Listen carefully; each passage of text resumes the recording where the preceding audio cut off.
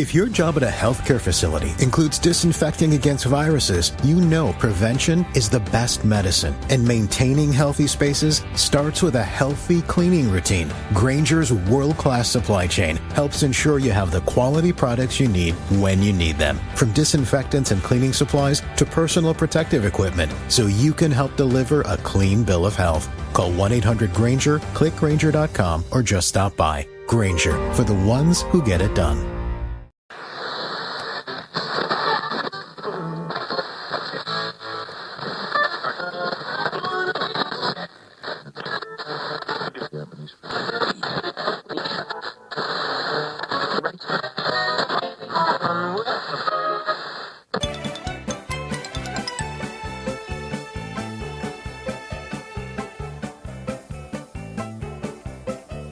Welcome to Air Checks.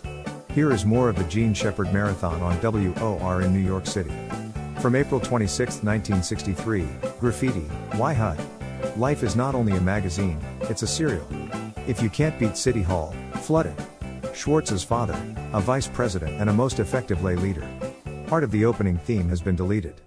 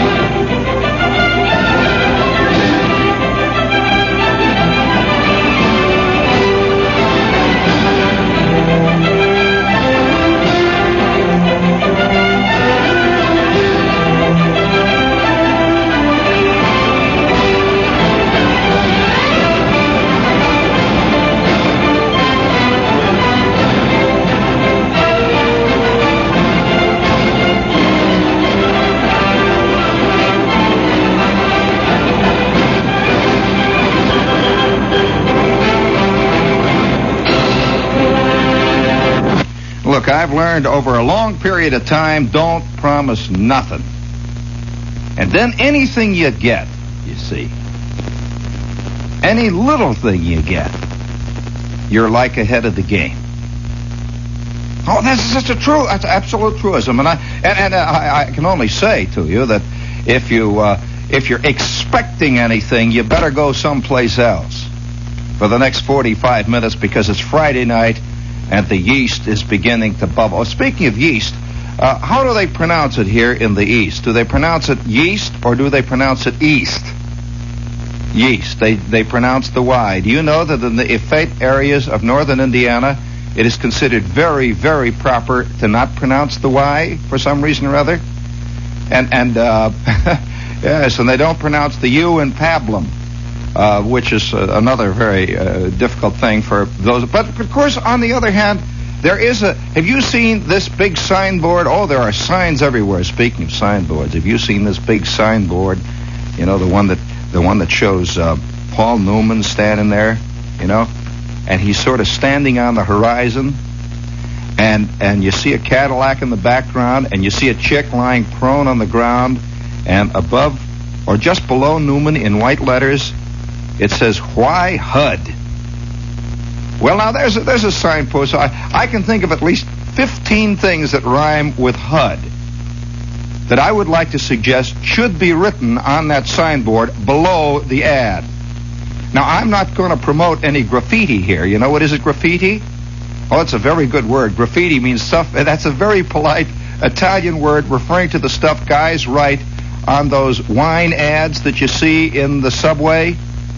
Now, you thought it was something else, that stuff they were writing, all those words and those pictures. Actually, if you find yourself embarrassed reading all those things written on the side of the frozen juice machines down there at Columbus Circle, and, you know, you're standing there reading them and you don't want anybody to see that you're reading them, and if somebody does catch you, turn to them and say, "Well, actually, I'm a student of graffiti," which is a native folk art. And it comes, "Hey, now come on, Walt, let him alone for a minute. We're having enough trouble getting him organized here. Let him alone. You guys are talking. You can talk it out when we get out. Just stop a minute there. Now, I hate to bother both of you. Now, while we're on the subject of graffiti, seriously, though, I don't often ask listener types to do anything, and I'm not going to ask you here. But I have a suspicion that sign was designed to have something written on it, because the bottom half looks like a blackboard.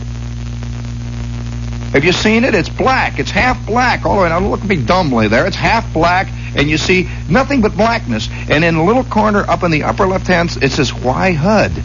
Well, now there are other things, too, about that sign. For example, I swear, and I hate to say it, I'm not making any suggestions here, but the character there, Paul Newman, the character in the ad, is standing in exactly the same pose that almost all the Vogue models use. I'm sorry, have you looked at it? Look at it carefully. That's a Vogue model pose, and I'm not making any suggestions. Don't leap. I'm just saying that's the way the ad is. Now, these things are sometimes out of the hands of the artist, but there it is, you know. And I'm not making any suggestions, but I'm going to tell you this. I'm going to look at all those signs that say "Why HUD," and I'm going to expect to see some interesting graffiti. Now, I haven't made any suggestions. I'm just saying it's what's going to happen, you know. But while we're on the subject of that, as long as we're here concerned with Saturday night and what's about "Why HUD," you know, you'd be surprised at how many words are interesting to us because of the sound of the word over and above and beyond the meaning of the word. Now, for example, HUD, you know, I can think of about 15 words that rhyme with HUD. Immediately your mind picks it up. You know, if I said, look, I said, all right, Charlie, I want free association here, and I'm going to give you a quick word. What does it remind you of? HUD. You said blood. So, all right, I'll try it again. Try it again. HUD, stud. Try once again. HUD, mud. Oh, boy, it's awful exciting. It's awful exciting. And, hey, fellas, it's awful exciting. You know, I hate to bother all of you in there. Speaking of the exciting things. Oh, look at the gang.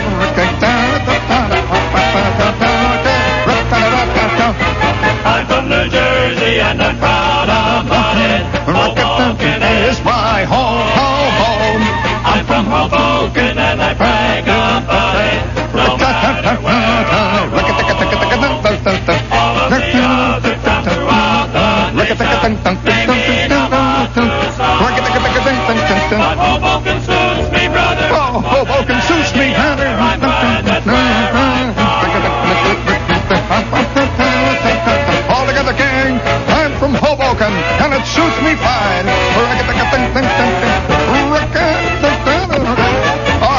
All right. Everything's falling apart. Hello. Oh, they're crying out loud. Everything's falling apart.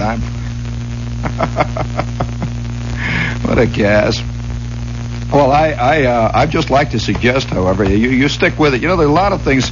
The ads all over are beginning to change the entire complexion of our world. I don't know. Do you ever see Life magazine? Do we have any soft mother music in there, please? Please, hey, come on, quickly. When I say it, I want you to do it.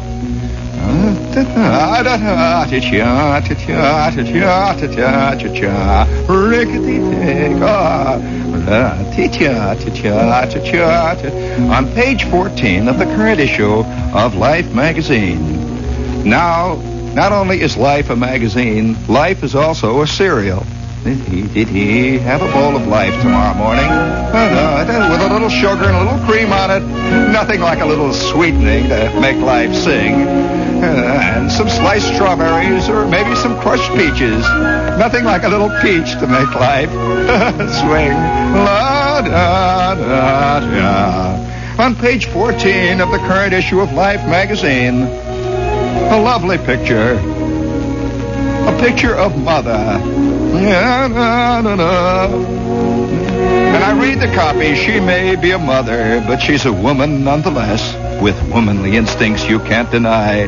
So don't. Instead, give her Gilead lingerie of Chemstrand nylon, gentle, wispy drifts of it, embroidered with a handful of flowers. Peignoir about $12, gown about $6, and see why nothing but nylon makes her feel so female. Chemstrand New York 1, a division of Monsanto Chemical Company, makes Chemstrand nylon for the woman she loves to be, Mother Imagery Lingerie by Gilead. Bring it up quickly. Mother Image Lingerie by Gilead. Yes, mothers out there, do you fit the mother image? Well, I'm just asking a leading question, actually. Do you fit the mother image? Speaking of the mother image, I suggest you look at the current copy of Life magazine, page 14, and, Dad, you'll see what the mother image is. Oi, oi, oi, oi, oi. My old lady standing there in her red bathrobe. Oh, what a mama.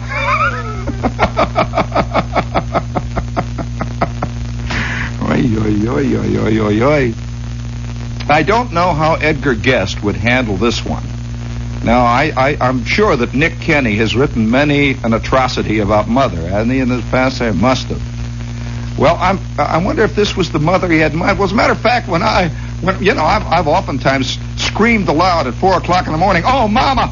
And, just thinking about it. And it must be this mother that I'm thinking about. It's all there is to it, Is it, they've often talked about people with a mother fixation. You hear this always, a reference to all kinds of playwrights and one thing and another going on. Maybe this is the mother they've been thinking about. I've often wondered how you can, because, most of the mothers I know look like warthogs at dawn, and they're nice and they have nice, honest ideas and honest, wonderful thoughts and that. Now, I'm not being anti-mother, it's just the way the light strikes you, That's, St. George, what a lovely mother.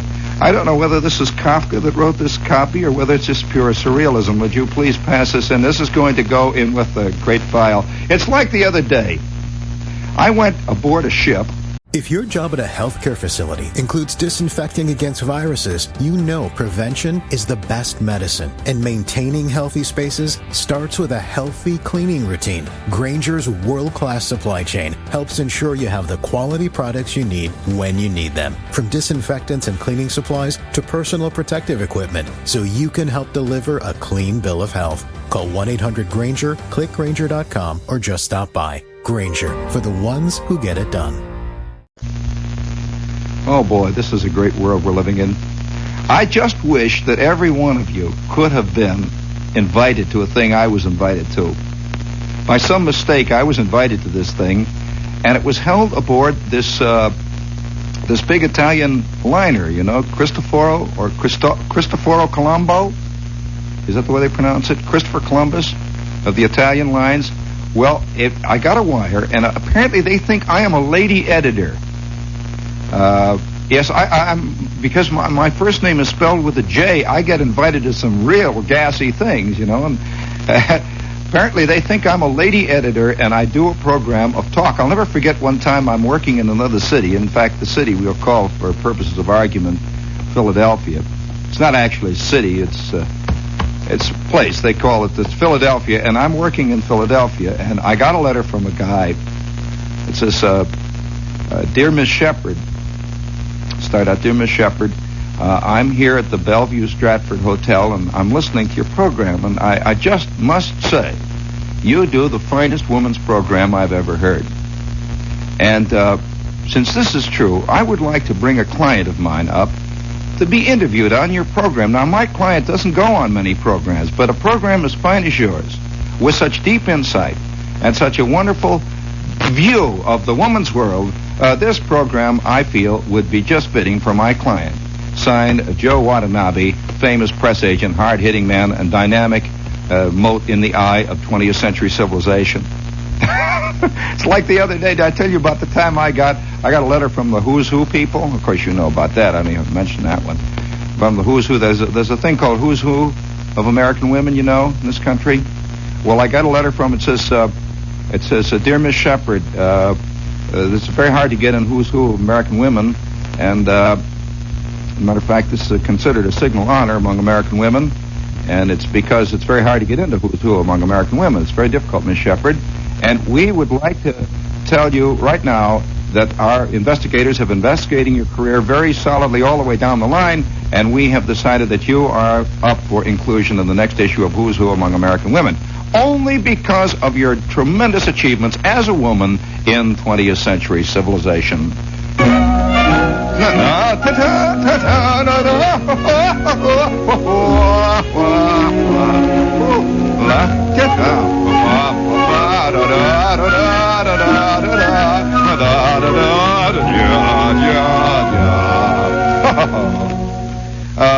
Has anybody out there looked up on page 14 of the Current Life? It's an April 26th issue, I believe.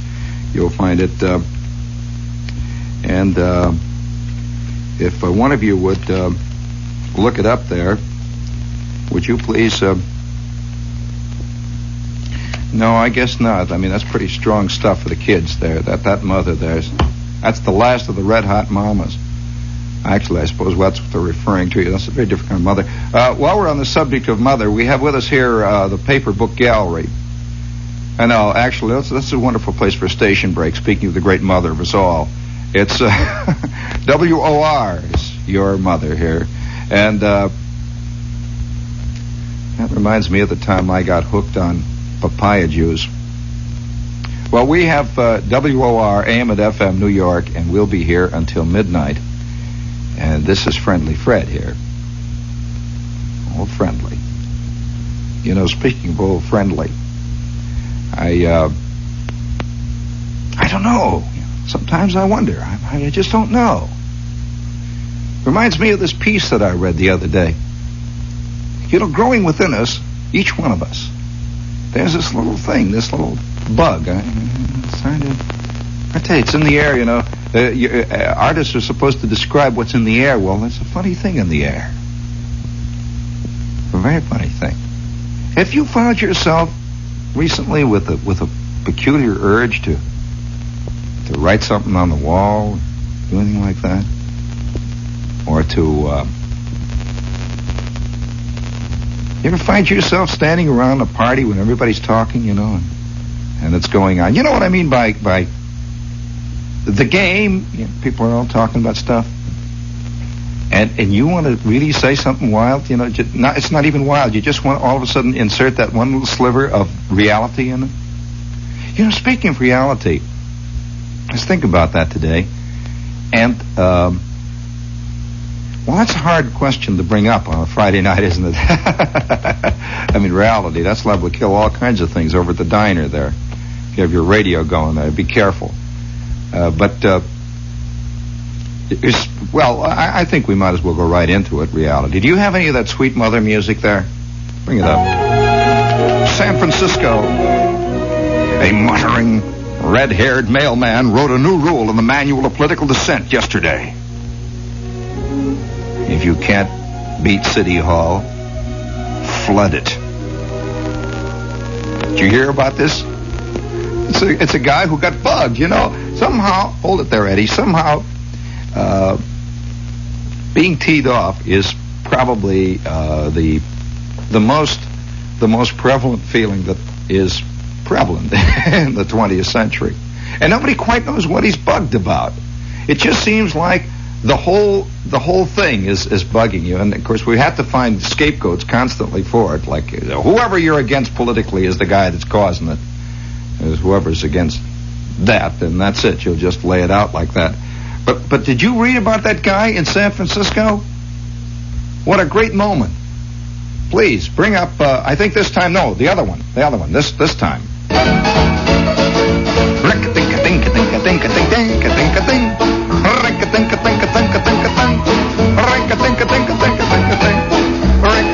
This is a salute to the human soul. A muttering, red-haired mailman wrote a new rule in the Manual of Political Dissent yesterday. If you can't beat City Hall, flood it. That's it. I've been wanting to do this for a long time,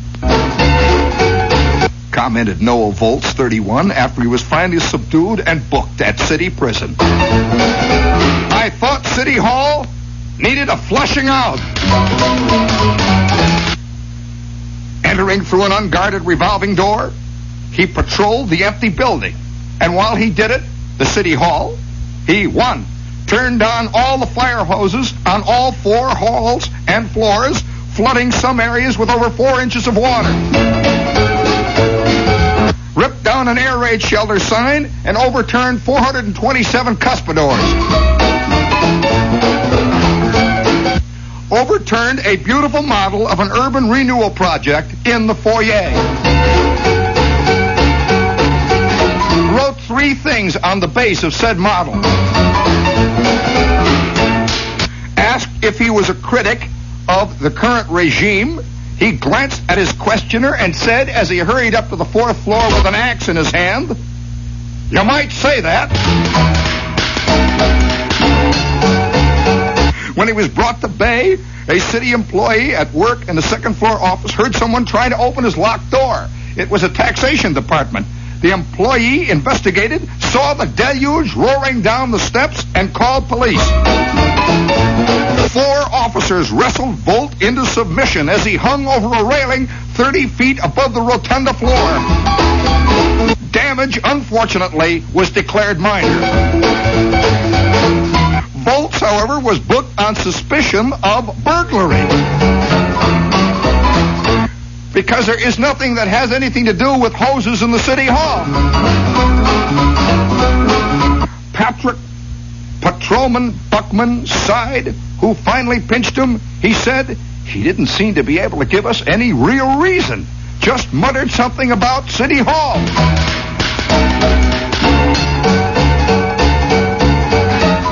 What do you mean, real reason, Buckman? You know what it is. There's ducking out of it, Dad.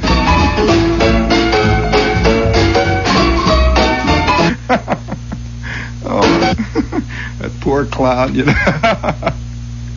You know, we salute him as the American of the Week. And I like the idea of turning on all the fire hoses because he figures it needed a good flushing out. I mean, his choice of words was good.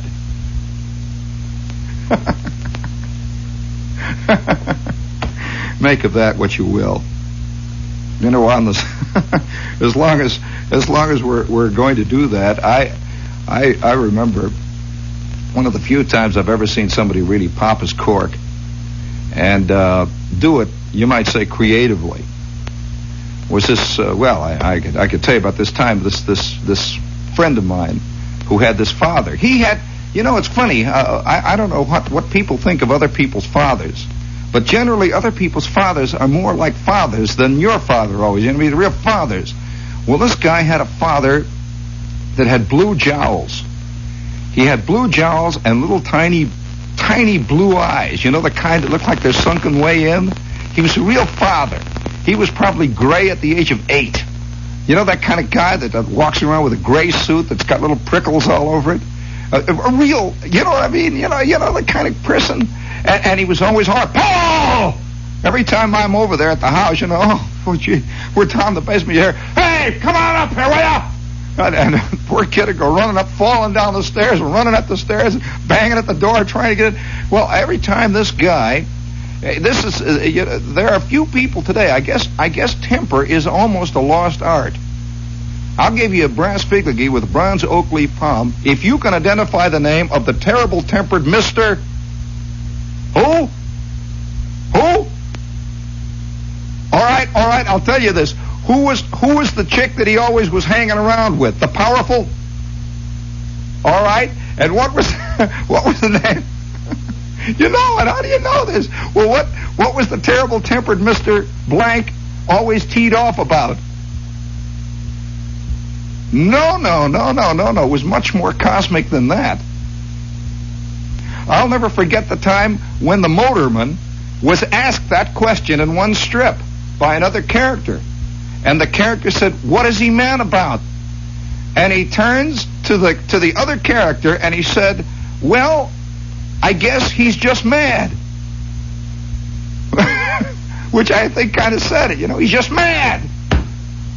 Well, temper has disappeared almost completely from the scene, except the time that I remember this father that I knew, this real father who had a red face and his collars were too tight. And he was always yelling and hollering. And one day he came home with the new car. Beautiful new car. And, you know, a new car in the neighborhood in those days was a real event. You know, I mean, a real brand new car in the Depression. And this guy, of course, I think terrible-tempered people always make it anyway. He was the only guy in our neighborhood I knew who bought a new car then. And so obviously his temper didn't hold him back. Do you know that there was recently a study made I think it was one of the California universities, Ed. This might in a way fulfill some of your suspicions. It was a psychological study made on top executives in countries, in this country, top executives in big companies throughout America. And they found that a large percentage of them were distinctly neurotic in one way or another. And one of the things that most of them had was a tremendously overpowering temper. It says this came from some kind of a deeply based neuroticism, and their gigantic temper took them right through the mailroom when they were 19 years old, knocking over the mimeograph machine as they go, rushing on their way on up towards the accounting department, where they landed at the age of 22. Within 6 months, they have knocked over all the desks and the wastebaskets there, and they're now on their way to the sales department. Well, that's the way this guy was. Tough son of a gun. And have you ever known somebody that you just, when you were a kid, you were just scared of? You were just real scared of? Oh, yes. Oh, you must have. Just real scared of him. And this guy was a tough son of a gun, and the kids were scared of him. I can remember we'd be out playing ball, and Paul would be out at second base, or he'd be out in the weeds, out in the stickers, playing left field. And the door would slam open, and you'd hear, Paul! And let me tell you, there was nobody said, why is Schwartz quitting? You know, no one says, oh, come on, let her fly. He'd go, Paul! And you'd hear this scuffling and this scurrying, you'd see a cloud of dust, and this kid would be on his way, man. He would just like a shot, like a bat out of hell. You know, he'd go home. Well, one day he came home with his new car. And up to this point, he had owned a car which was an old Ford. And now he got this beautiful new car, and he drove it up in the back, and I happened to be there when it came home because, of course, the kid had been talking about it for 3 days. You know, they're getting a new car. And when is it getting here? Well, it's getting here tonight. My father's bringing it home from work. He's bringing the whole thing back. It's a new car. Well, there were 9 kids gathered out in the backyard to see the new car come up the driveway. Comes up. He also drove like an insane madman, which most guys who are wildly with this gigantic temper drive at. He comes, the dust flies, and there is this big, beautiful car. Wow. It's standing there, and it's royal blue. We're all looking at this car. Well, out comes the mother, and he had this, let me tell you, talk about the mother image. He had this mother under his thumb. He, just like that, he said, is supper ready? Well, she wants to look at the new car. He said, get supper. Well, she turns plump, and she goes, and she wants to look at the new car. So he's out there with a dust cloth, and he's dusting off the front and glaring around at the kids, and all the kids, he says, keep your hands off the back. Well, he's dusting the back, you know. The kids are looking, we're all sort of standing around a big wide circle like this. He says, get out of the way. And he's backing it up now, and he gets it in position, and the guy next door comes out. I remember the guy next door, of course, it's a big thing, you know, in the neighborhood. Guy next door comes out, and he's standing on the back porch, and he looks out, and he says, hey, Schwartz, you got a new car? And there's a brief pause, and he says, yeah! And he goes back, and he's dusting the front of it, and he's over there now. He's working on the grill, see? And the guy's looking, everybody's looking. He gets into the car then, and he starts. He's one of those guys that never gives a car a moment's rest. You know, the kind that guns that motor. He kicks that thing right in the thing, you know, and he pushes down, and a cloud of smoke comes out of the back. And he drives it into the garage. He pulls it into the garage, and he stops. You see, there's about 14 inches now protruding out beyond the back end where the doors are. His car is too big for the garage, which he had built 1 year ago for his little car. And there's a silence then. He backs up again. Backs out. Well, the guy, this idiot, is standing on the porch next door, and he says, hey, Schwartz, your car don't fit the garage, huh? Oy, oy, oy, oy, oy. Mrs. Schwartz in the kitchen, I can hear her. Mrs. Schwartz is now broken out in a fantastic, this is the first time anybody's ever said anything to old man Schwartz. And she's breaking out in a sweat. She drops her Brillo pad down the sink, the whole bit, you know, oy, she hears it. And young Schwartz standing next to me, he's white, just white as a sheet. He knows the old man now. You know, you don't say things like that. Well, the guy hollers again, hey, Schwartz, what's the matter? Your car don't fit, huh? Schwartz looks out, and he says, no! He looks at the garage. He has just paid $750 for this framed garage, which, by the way, was the only garage in the neighborhood that was built specifically. It was a garage. He built it with the doors that, the kind of, the doors that pull up like that. We had garages, but nobody had the things that go up. He had the things with the weights and the pulleys and the strings and everything else. In fact, when old man Schwartz wasn't home, about 27 kids on afternoons when we were all alone would play a game where we would hang on the bottom of the doors, and one kid would push them up, and everybody would hang on, and try to get folded up under the roof, and down we'd go. The whole bit, it was a big thing. See, that's garage, a very special garage. Remember that. It was a garage, painted white with little green trim. So Schwartz looks at the garage. He gets into his new car, and at that moment, I saw one of the great moves against City Hall. The guy on the porch is looking down. A third remark, "Don't fit, huh? You're going to have to get it fixed, huh?" Schwartz goes, he starts the car. He puts it in first. He goes right into the garage. Remember, the car has 9 miles on it. Bow!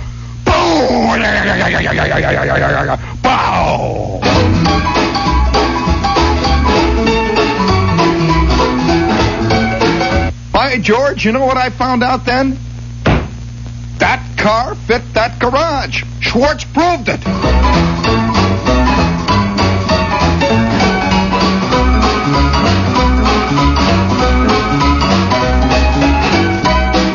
And I want to tell you this. That son of a gun was a vice president of one of the biggest outfits in the entire northern Indiana region. And at that moment, I learned about leadership.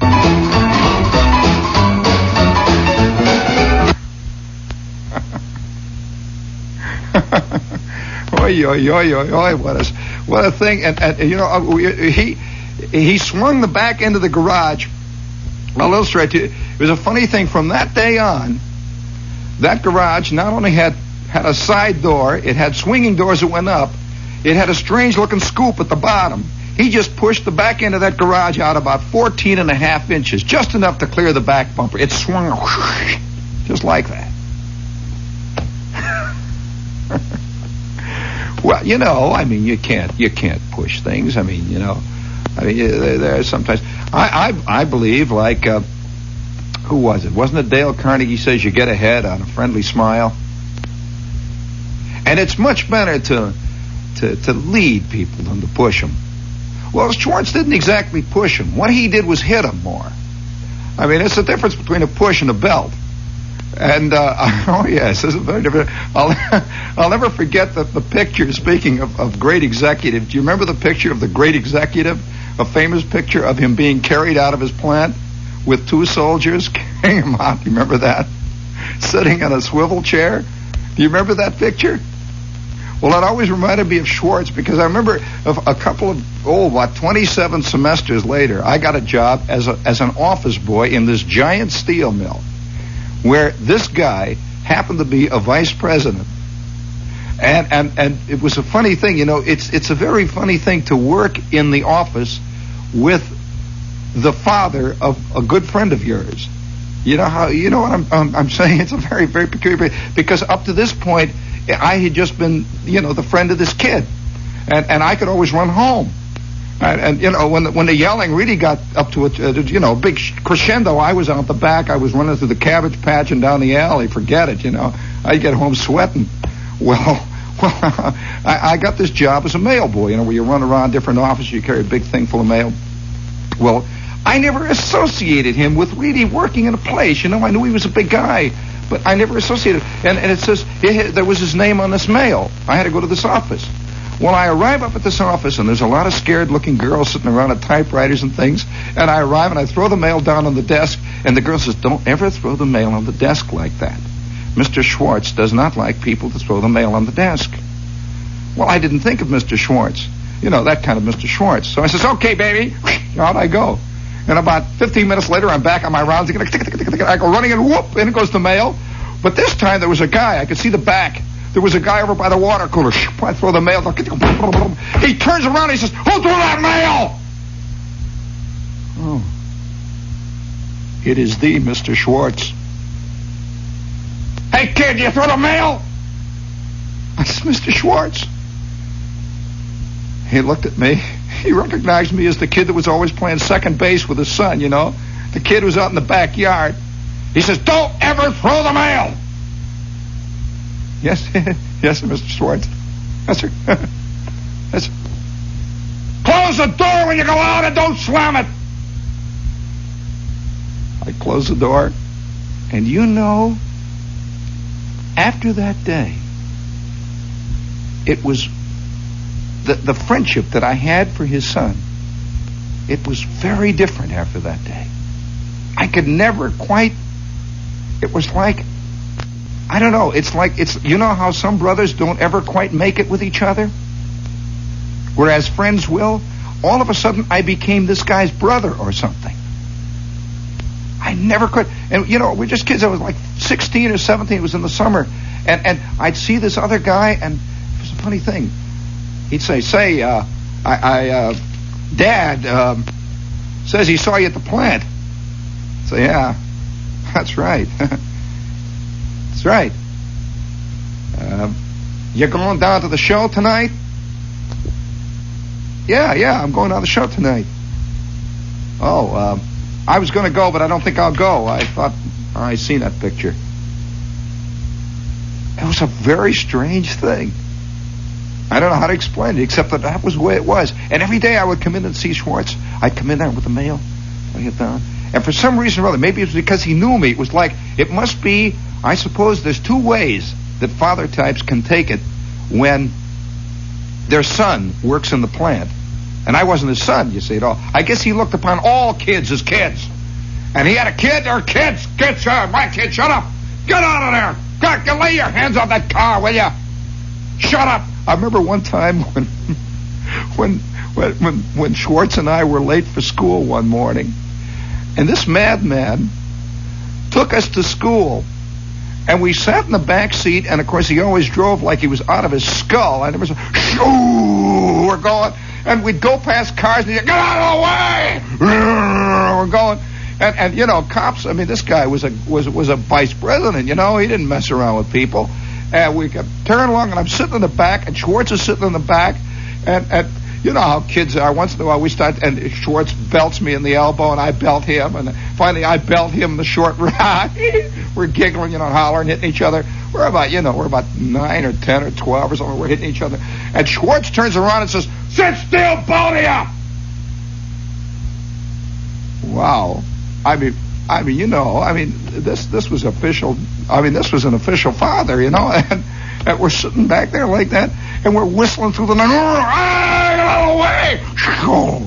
Well, we arrive up in front of the school, and Schwartz stops the car. I never saw anybody, you know, this guy could stop. He had, you know, there's one thing about the real executive types. They got foot power, they got elbow power, they got head power, Ed. They got sharp knees. That everything makes the scene with him, you know. So we stop. He reaches over in the back. He opens the door, slams it on, and says, "Get out." We both get out. You know, this is, you know, it's amazing that some people live like this. Get out. We get out, and he says, "And don't be late when you're coming home, Paul." Meaning me too, you know. He's not gonna let me get away with it. We're going up there with our lunch, you know, and there's about 500 kids standing around there, you know, waiting. He closes the door. He starts to go. He stops again, and he says, "Hey!" Schwartz turns around. We both go back to the car, you know. "You got a dime for lunch?" A dime for lunch. They had a 7-cent blue plate special at the cafeteria. Consisted of wet noodles with that plastic gravy they make out of paste or something, you know. That was the worst thing you could eat down there. And Schwartz always tried to hide that he was, you know, "You got a dime for lunch?" This guy was, so we're both nodding yes. "Okay." Away he goes. Let's get on with the commercials here. Speaking of the mother of us all, we have with us the Paper Book Gallery, which is down on 399 6th Avenue, just off A Street in the Village. And if you're going to come into the Village over the weekend, heaven help you, if you're going to make the scene, I certainly would suggest that you stop by the Paper Book Gallery. This is the last time, the last day, up through Sunday, that they're going to have this wild, insane record thing that they've got going. And look, they're 44 cents a piece. What can you lose? And for a listener, they're 2 for 44. Really? Or is it 48? 48 cents. It's ridiculous. 6 for $1 if you're a listener. So tell them you're a listener. And they'll just shove a whole bunch of records in your hand and say, go, man. It's a paper book gallery on 6th Avenue. It's the only place. Now, there's only one paper book gallery, 399-6. It's next to the Howard Johnsons down there, just off A Street in the Village. Okay? Fine. I don't know whether I should tell any more stories about the terrible-tempered Mr. Well, I'll tell you one more thing he did. The thing that really bothered me about him, that really I could not put together at that time, but the thing now, which really does frighten me in so many ways, is this man was the most deeply religious man I've ever known. Now, doesn't that scare you? He really was. And as a matter of fact, he was famous as a lay preacher in the church that he belonged to. And I remember I remember once in a great while, because of one exigency or another, I would arrive on Sunday with this kid, the kid, and we would file into the congregation, and his father would be preaching. And he would be up there in front with his tight collar, with his red face, with those eyes. And he was the kind of guy, as I said, he had this kind of iron gray hair. He was like an iron gray light. And he would stand up there and he would look down at the congregation. And it's wild to see an entire congregation of adults, kids, and everything all of a sudden become 7. And they're all sitting there. And he would look down with those steel mibs that he used for eyes, the kind of the steel C's. He looks down there, and he would say, "Today's text is about love," and everybody would look up. And then he would start out, and he was the kind of guy you see who completely dominated board meetings. There was no fooling around. And I'll never forget one time when he got off on the subject of unions. His department was the only department in the entire mill that was not only scared to join a union, they were even scared to wear union suits. The kind that button in the back, long winter underwear. They were so scared. He was that kind.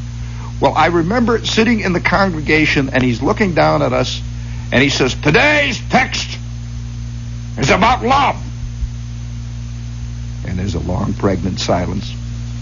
We want to see what he's going to say about love. You see, it's a pretty interesting subject right there. He'd say, "Love is beauty. And as we look about us and see all the beauties, as we look at the forests and the birds and all the lovely children playing in the park, those Christian people among us feel the love, which is the love of all of us and the love of God. Love is beauty." And now we will all sing number 163 from the book. "Rock of Ages, cleft for me." Well, I'll tell you, this guy, everybody would stand up and they'd start singing. You see, he didn't wait for the piano player. I mean, there's no such thing as an accompaniment with this guy. "Rock of Ages, cleft for me, I will have," and he bellows it out. And the piano plays, and everybody's trying to sing, trying to keep up with him. And of course, like most dynamic, terrible-tempered Mr. Bang types, he had absolutely no sense of rhythm. He had no sense of music. He had solid lead ears, and he all the imagination to go with it. Well, he would finish this thing, and I'm sitting there watching this. This to me for a long time was what religion represented. It really was, a guy like this. And he would say, "And now the ushers will move forward and we will take the offering." You never saw such shelling out in your life. I'll tell you, if there was anyone who ever did the Lord's work and the Lord's work, it was this man. Those 2 great big shine steel mibsies looking down at you.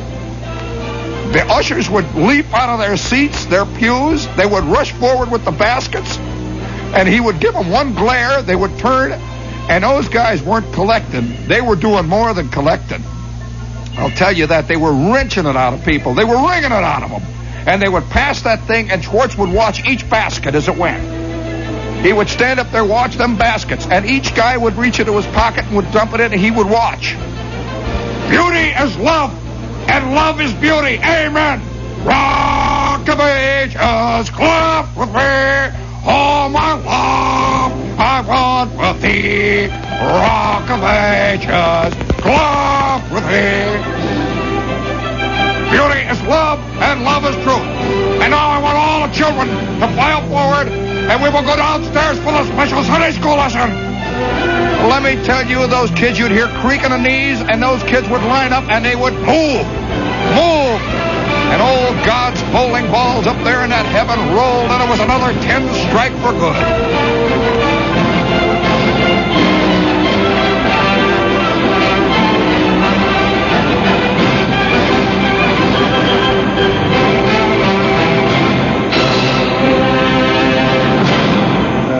This is WOR Radio.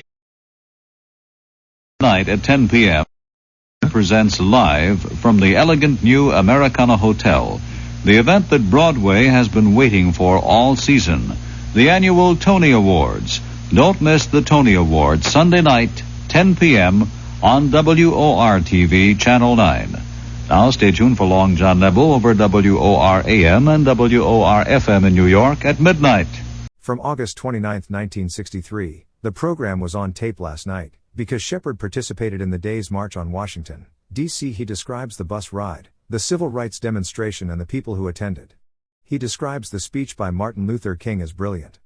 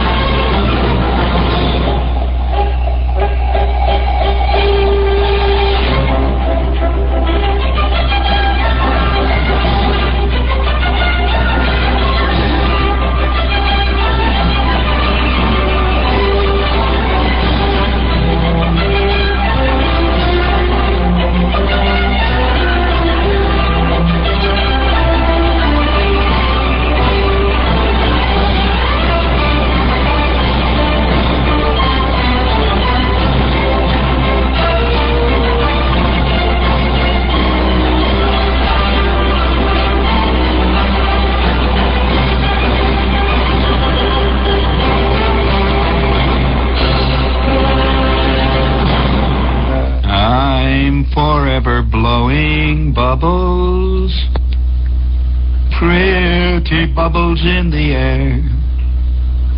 They fly so high, nearly reach the sky. Then like my dreams they fade and die. Cut it out, will ya? Cut it out! I'm forever blowing bubbles, pretty bubbles in the air. Look, these are my frames. Cut it out. Kind of people are these?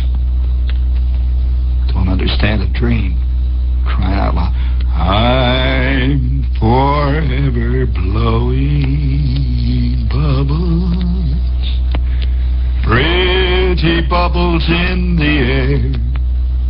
Oh, they fly so high, nearly reach the sky. Then, like my dreams, they fade and die. La da da da da da.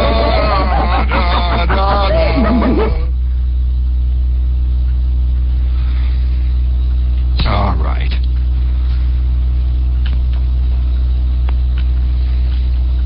Don't you understand? I mean, each man within his own little way, in his own small orbit that he spins, has somewhere inside, and I'm forever blowing bubbles. Oh, what great lyrics.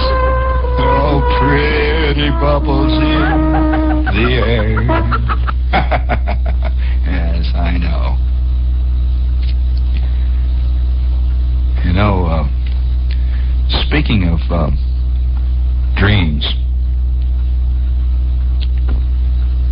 for those of you who wondered what happened last night, that was another story. I was on tape last night, which isn't very often. You know, speaking of being on tape, I have a vague suspicion that almost all of us have a terrible desire to have our life taped, so that we could be on tape and be somewhere else.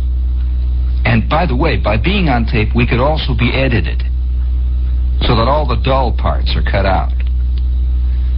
All the meaningless parts are cut out, you know. You know what I mean, meaningless walking around scratching and spilling coffee and arguing and flubbing around, you know what I mean by life, just fooling around. You know how it goes, quietly?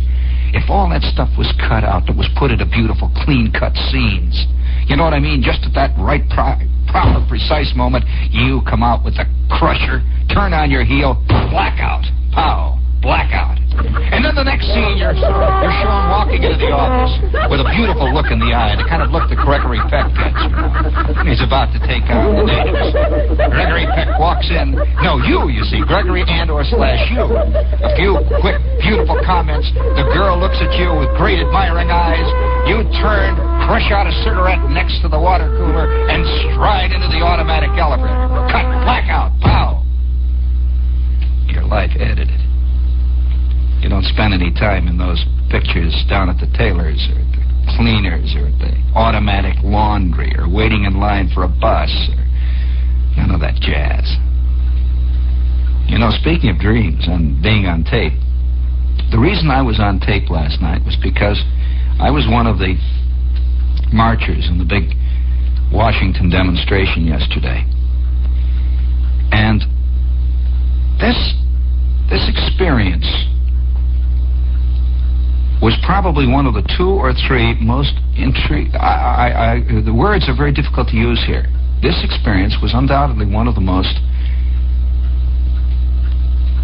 such a word as interesting does not really mean much in this case. To use the word significant doesn't mean much either, because significant of what? Let's just say it was one of the 2 or 3 most difficult to assay way put into perspective days that I have ever experienced in my life. One of the 2 or 3 days. The closest day that I can think of in my experience was VE Day, or maybe even VJ Day, to the tenor, the tone, the quality of what went on and the way the people were. Now, I went down on this thing very specifically as just a marcher, just one of the people in a delegation, because I have learned through long experience and hard experience that the only real way that you ever get to have even a vague understanding about events is by, if you can possibly, be part of or in a large group, or in the group, or be in with the people to whom the event is occurring. I wonder just how much a newsman ever learns about anything. Standing up on the platform. I'm curious. I listened to a lot of jazz yesterday from the newsmen, and almost all of them were up on the platform. They were in the news section, which was very, very, very much roped off from the great herd of people who walked along the streets. The great multitude who gathered under the trees and who pushed up through past the Coke stands and finally stood in front of the Lincoln Memorial. I didn't see many newsmen in that crowd. In fact, I don't recall seeing one newsman in that crowd. Another thing that I found very interesting was,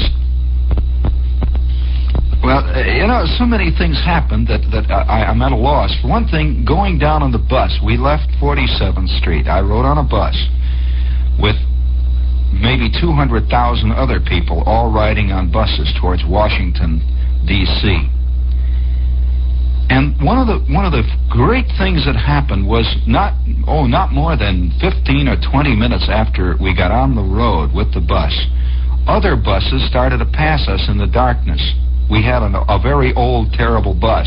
And I'll tell you, have you ever ridden on a bus, a cross-town bus, all the way to Washington? I'm serious, a lot of people did. The bus that was with us was a crosstown bus. They just took the crosstown sign out, and everybody sat on those plastic seats and went all the way to Washington and back.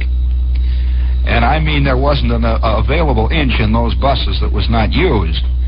Lunches, and there was all kinds of stuff, just stuff to sit on and fans to wipe the sweat off your brow, and hot, oh boy. Well, we started out. It was just a fantastic experience. That's all I can say. It was a fantasy in so many ways. There are a few occasions when you are reminded of the fact of how diverse humanity really is. On the one hand, they are capable of the most incredible humanity. I hate to use such a word as humanity applied to human beings, but I say that probably only a squirrel is capable of humanity in his attitude towards people. But they are capable of things which you could not believe after having lived in an urban world in the 20th century. And, of course, they're capable of the other. And you keep seeing the other superimposed in your own mind. The other. You know what I mean by the other. But let me say, we were out on the road not more than, maybe 20 minutes. And people were in a strange mood. To begin with, I thought at first, thinking about this thing for weeks in advance, I had thought about it. I had talked with guys who were planning to go and arranging this thing, that I had all kinds of ideas in my mind about the way it would be. Just like all of us have ideas in our head about how history is. I'm sure you have ideas about how it must have been like to be in Germany in the 20s. Well, it wasn't. Not the way you think it was. I'm sure you probably thought that you have ideas of how it must have been like at the time Washington was crossing the Delaware. Forget it. It wasn't. It wasn't the way you think it was. I was not there. I just know one thing. It wasn't the way you think it was. And I have found that very few things are the way you think they are. I say that in caps. Nigeria. I spent a little time in Nigeria. It isn't the way you think it is. Let me tell you one thing about Nigeria. I'd like to do some shows on Nigeria again. It's, again, an almost incredible friendliness. Did you find this so? The people in Nigeria, incredible. So much so that you're on your guard immediately. You really are. It's a funny thing about people. They're never on their guard when they are being taken apart. In short, when we meet the unfriendly, we're not only not on our guard, we are expecting it, and we accept that as the norm. The other we're worried about. Well, let me say one of the great moments was to be riding along in this bus in the sort of semi-dark. It's getting to be dawn now. Everybody's feeling rotten and tired, and there's a wild sort of peculiar excitement of the unknown. No one knew quite what to expect. And what was, I thought, quite significant, no one even talked about the event to which we were going. Now that, I think, is interesting. I waited, I listened carefully. Nobody said a word about it. They talked about the bus. They talked about the sun out there. They talked about the dawn coming up. They talked about the lunch they were carrying. They talked about their shoes hurting. They talked about everything. It was as though nobody wanted to talk about where we were going and why. And particularly the people who were really deeply involved in it, the Negroes we had with us. I'm going to say right offhand, some of the greatest people I've ever known in my life. Well, that's another story. That goes back to Nigeria and other areas of life and existence, and we can't go into that. But driving along through the darkness in the morning when the sun is coming up over the edges of the horizon, we're whistling along that turnpike, and the bus had a governor on it. Crosstown buses do, you know, and this bus had a governor, and it had a fat crosstown bus driver driving it, and he was hollering, you know, for transfers and stuff all the way, and he just normally, you know, and he was ducking imaginary cabs all the way up there and so on. But we're going along the Jersey Turnpike, and we weren't out on the turnpike more than 5 minutes when other buses started to pass us in the darkness. The peculiar rapport between the buses was insane. That our buses lumber, you know, it's obvious that you're not going to see a crosstown bus out on the Jersey Turnpike heading south unless there's something going on. You know, this bus was just not the bus headed for Paramus. Well, we're going along there, and in the darkness you see, whoo, a bus would go past, and instantly you'd see all these hands out the window waving at our bus. Our bus is waving at them. Great moment, and after a while you got so that it was just normal. A train went past us at one point. There was a train when we got down past off the Jersey Turnpike and over past Philadelphia and on through Delaware. We were skirting a railroad track, and a train went past with maybe 8 or 9 or 10 cars loaded to the gunnels with people, and the whole train was waving at our bus. And we're waving at the train, and the crew is waving out of the front of the locomotive. I'm just describing to you what exactly happened. Well, we arrived on the outskirts of Washington. By the way, this is WOR-AM at FM, New York. And everybody was a little... now they begin to talk about, wow, I bet we're going to be late. They never once talked about the event even when we got there. Wow, I bet we're going to be late. Boy, what a traffic jam it's going to be a terrible traffic jam. Well, I must say parenthetically, I have never in my life, including several big operations in the Army, including a lot of organization I've seen in various other armed services and great events that happen in other cities. I've never seen anything like the way the city of Washington handled this thing. Absolutely, it'll be, I imagine in the end, this is going to be a picture book classic among control and preparation for a vast event. Fantastic. And not only that, this is another thing. Every last man that I saw involved in this situation, the police, the MPs, the Red Cross people, were in the most wildly great holiday mood. You just don't expect it from officials, you know. Cops waving and hollering at you and the whole business, everybody cheering and you come in. Well, we came into Washington. I don't know how much of this has been reported. I haven't seen much of it reported in the press. Well, I think because very few reporters came in as a marcher. That's right. I know they went in days before, stayed at the hotel, and that morning they took the big cab down to the Washington Monument, or they took the cab down to the Lincoln Memorial and sat behind the ropes and started a report. Oh, boy. No wonder history, the point is always missed about what happens to things. I'll tell you. Well, we came into the city, and one of the moments I will never in my life forget, I just won't, I know it, was coming into the outskirts of Washington in this bus. A lot of people tired. Boy, have you ever ridden 6 hours on a crosstown bus? Wow. And that seat is like a rock, and we're sweating, and the sun is beating down, and we arrived in Washington, and the police met the bus immediately. All the buses were lined up for blocks. They stopped them at the outskirts of Washington, and they took groups of 6 with a police escort to the proper place where they were to go. Each group of 6 buses was assigned a place. It was fantastic. And there was a cop waiting there with a white helmet. He took you in. All right, let's go now. Come on. And we went. And what was intriguing was to find slowly everybody in the bus is beginning to thaw. Up to this point, they'd expected, people, officialdom, and all that, and they found that the officialdom was as much on their side as anybody. Everybody's going, let's go. We took off. We're riding along one of the main streets through the slums, by the way, of Washington, and here were hundreds of people on the steps. Little old ladies, grandmas, skinny kids, tough-looking guys who worked as garage mechanics, nuns. Everywhere we went, they're sitting on the porch waving with the greatest, not the kind of waving that says, go on in and give them hell, but a strange, happy, we're glad you're here waving, and gee, hi, how are you? Just a unbelievable feeling all the way through, and they're all out there on the steps and streets waving, and everybody in the bus, of course, is waving. And we finally arrived down at the place where we're parked. And this was a strange moment. We arrived at the place where we were parked, and thousands of buses, and, we're all confused, and they took us a couple of times around the block, and finally we arrived on the side street at 20th and E, wherever the devil that is. And we arrived at 20th and E, and we're parked.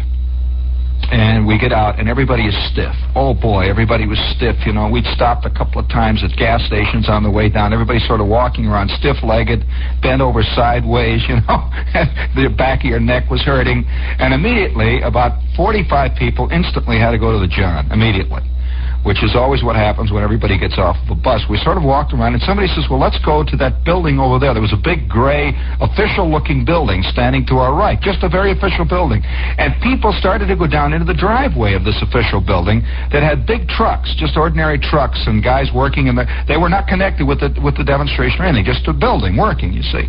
And the instant the people started to show up, it was a wild moment. They're escorting everybody in to where they can get water. Do you want any coffee? They're cheering you on. Come on.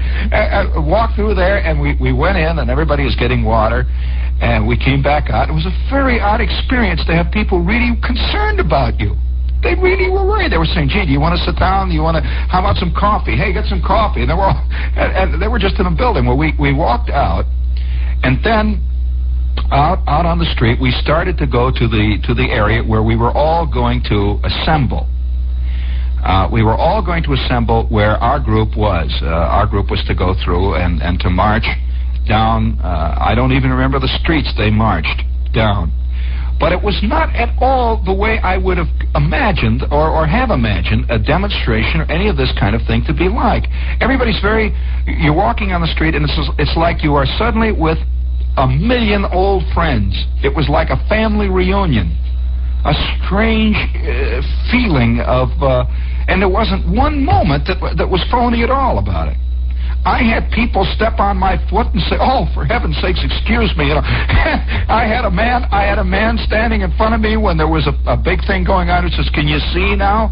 And one of the great moments when we walked through the grove of trees, and we start to walk along the street. I met a lot of old friends, and what really intrigued me was the number of people who didn't come. I will not mention that, but I sure was amazed by the absence of many people who I'd heard do a lot of talking prior to this moment, and they just weren't there. And a lot of people who never said a word are there. That's what really was very intriguing. You never can tell who the people are in any world. I don't care what world it is, a football game, whether you're playing cards, whether you need money. You sure can't tell who it's going to be, who's going to come across. Let me tell you that. Any old GI will tell you that story, that there are a lot of awful tough commandos in basic training. There are a lot of guys that can go up those fences like mad, and there are a lot of men who can shout commands and all that. It's an interesting thing who it is who comes across when the real stuff is flying in the air. It really is intriguing. Well, we're walking along. You never can tell them either. Don't think for a minute you know who it would be. You do not know. I'm sorry, you don't. You don't know who your friends are. You don't know who your enemies are. But we're walking along the street, and everybody's together. And one more thing has to be pointed out. A man told me just when we were walking, and he was a Negro, by the way, and an old friend of mine. He says, I wish my cousin who lives in Paris could see this, could be part of this. He would never understand it, though. He says, this is a purely American thing. He says, the headlines, he says, you know, you read a headline about another country, you don't understand it because you're not Vietnamese, you know. You just don't know. You just don't know what is happening in Belgium because you're not Belgian, you know. It's just very difficult to know. And it is very difficult for a European to understand this. Really, I'm sure it is. And so we're walking along, and everybody's sort of standing along the sidelines waving. There are thousands and thousands of white people and colored people. Everybody's just standing there. Guys in offices are cheering out and waving. Nobody reported on this. That all along the line of march, guys are standing in offices waving. And I want to go on record as saying beforehand, during the entire day, I did not hear one word that I could construe as being the kind of word that you would hear in demonstrations. I did not see one moment that I could call a moment that gave me one even instant feeling of imminent rabble-rousing or any of this stuff. It was just an amazing attitude towards everything. And you know, I hate to use such words as love. These are ridiculous, meaningless words. But there was a feeling of humanity in the air, like we're all in something together. And that's exactly what happened. Even the guys who, I'm sure there must have been some guys in the offices and that, who felt the opposite way and suddenly realized how idiotic they were. You know, it was just a strange moment. And we walked along through this crowd, and everybody's standing there waving and so on. And we finally got, it was funny that when we started the march, you never saw a more disorganized messing around, shuffling. And we got to the place where it wasn't a parade, you know. I'm sure it's going to sound like a parade, you know, but it wasn't a parade. Nobody was hollering, "Workers unite!" Nobody's yelling, nothing. Everybody's sort of walking along. The sun is coming down, everybody's cheering, waving. And it was as though everybody knew, you know, that, and also there was a vague feeling of embarrassment in the air. It's just a vague feeling that you know, it was like somebody has laid in a stock of all kinds of stuff. He's going to yell at his friend, and he's going to yell, he's going to holler, and he gets there, and you know, it's all goes out the window. Everyone's sort of embarrassed, and so we're walking along. We get to the park where the Lincoln Memorial is. Incidentally, I once again, it reaffirms in my mind one of the most beautiful cities I've ever been in is Washington. I keep seeing this as a beautiful city, and it's even prettier than it used to be. I went to school for a while near there and used to spend weekends in Washington. It's changed a great deal. And we're coming through, and the sun is coming down through the trees, and millions of people are now gathering. And I don't know how they could estimate the number of people who are there. I just don't understand how they come up with these nice, neat, round estimates. Again, this is the reporter at work. He's sitting up there, you know, on the Washington Monument writing down, and I'm sure we're going to take some guy's attitude or his quick decision on who it is. And no doubt it's going to be the most authoritative newspaper's version of who's, you know, of how many guesses. There would be no way to estimate it. I have no idea how they ever came across estimating, because buses were coming in from all directions, everywhere. People were everywhere, and it was just like a great big round, just a sort of a big cloud. It was about as difficult as to tell how big a cloud is, or how many drops are in this cloud. Just sort of a big thing, and we walked through, and then the push started to get rough. And up there on the the Lincoln Memorial, the crowd was gathered, and we pushed down into the crowd. And each place, you see, each delegation, if you can call it that, had a little place where it was supposed to be. Of course, it wasn't there. That went out the window with the cloud. And everybody's trying to get it, and they're walking around with their little signs and stuff. And suddenly, through the crowd, is this little tiny band of people coming with a little sign that said Mississippi. That was really a moment. I'll tell you, that was a moment. And everybody is hollering at them and talking, and they're laughing and hollering. It was kind of like a joke, too. It was kind of funny. And they're laughing and they're talking. And incidentally, I must go on record as saying, too, in that Mississippi group, there were more than just a few white people. That should be pointed out. And they're laughing, and everybody's laughing. They got their little signs that Mississippi, and people are hitting them on the back when they walk through. They'd come all the way up on some crummy old bus, you know, or something. So they're there, and they're standing around there. Well, in the middle of it all, It's the greatest crowd I've ever been in my life. I'll tell you, I just never. It's a much greater crowd than you ever see at a ball game, which is supposed to be a fun thing, you know. Much greater, much more, much different thing. If you think you know about crowds, you don't know about it unless you've been in this one. In fact, a lady said to me, a colored lady was standing next to me. We were talking for an hour about this, and she says, you know, she says, she says, you can't tell the folks, you just cannot tell them how it was. I don't know how I'm going to tell them how it was at home, because you can't tell them how it was unless you were here. And then if you were here, you don't have to be told, you know? And that's exactly the truth. And, you know, she said one great line. She says, you know, I think even Satan was moved today. What a line. I could see Satan feeling very, very embarrassed about all the rottenness he's been doing for years. You know, I'm sitting there, oh, boy, I'm a rotten person.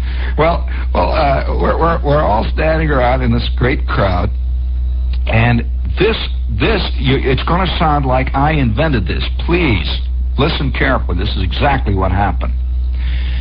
There was a man standing back of me that had a big white Panama hat on, and he like so many of the demonstrators, it was obvious that this was a very big moment for him, and he was all dressed up. So many of them were almost all the people. Did you know that? That's an interesting thing, that our delegation was told to wear a jacket, was told to wear a tie, white shirt, and I mean, because this is a thing we're going to that's very important.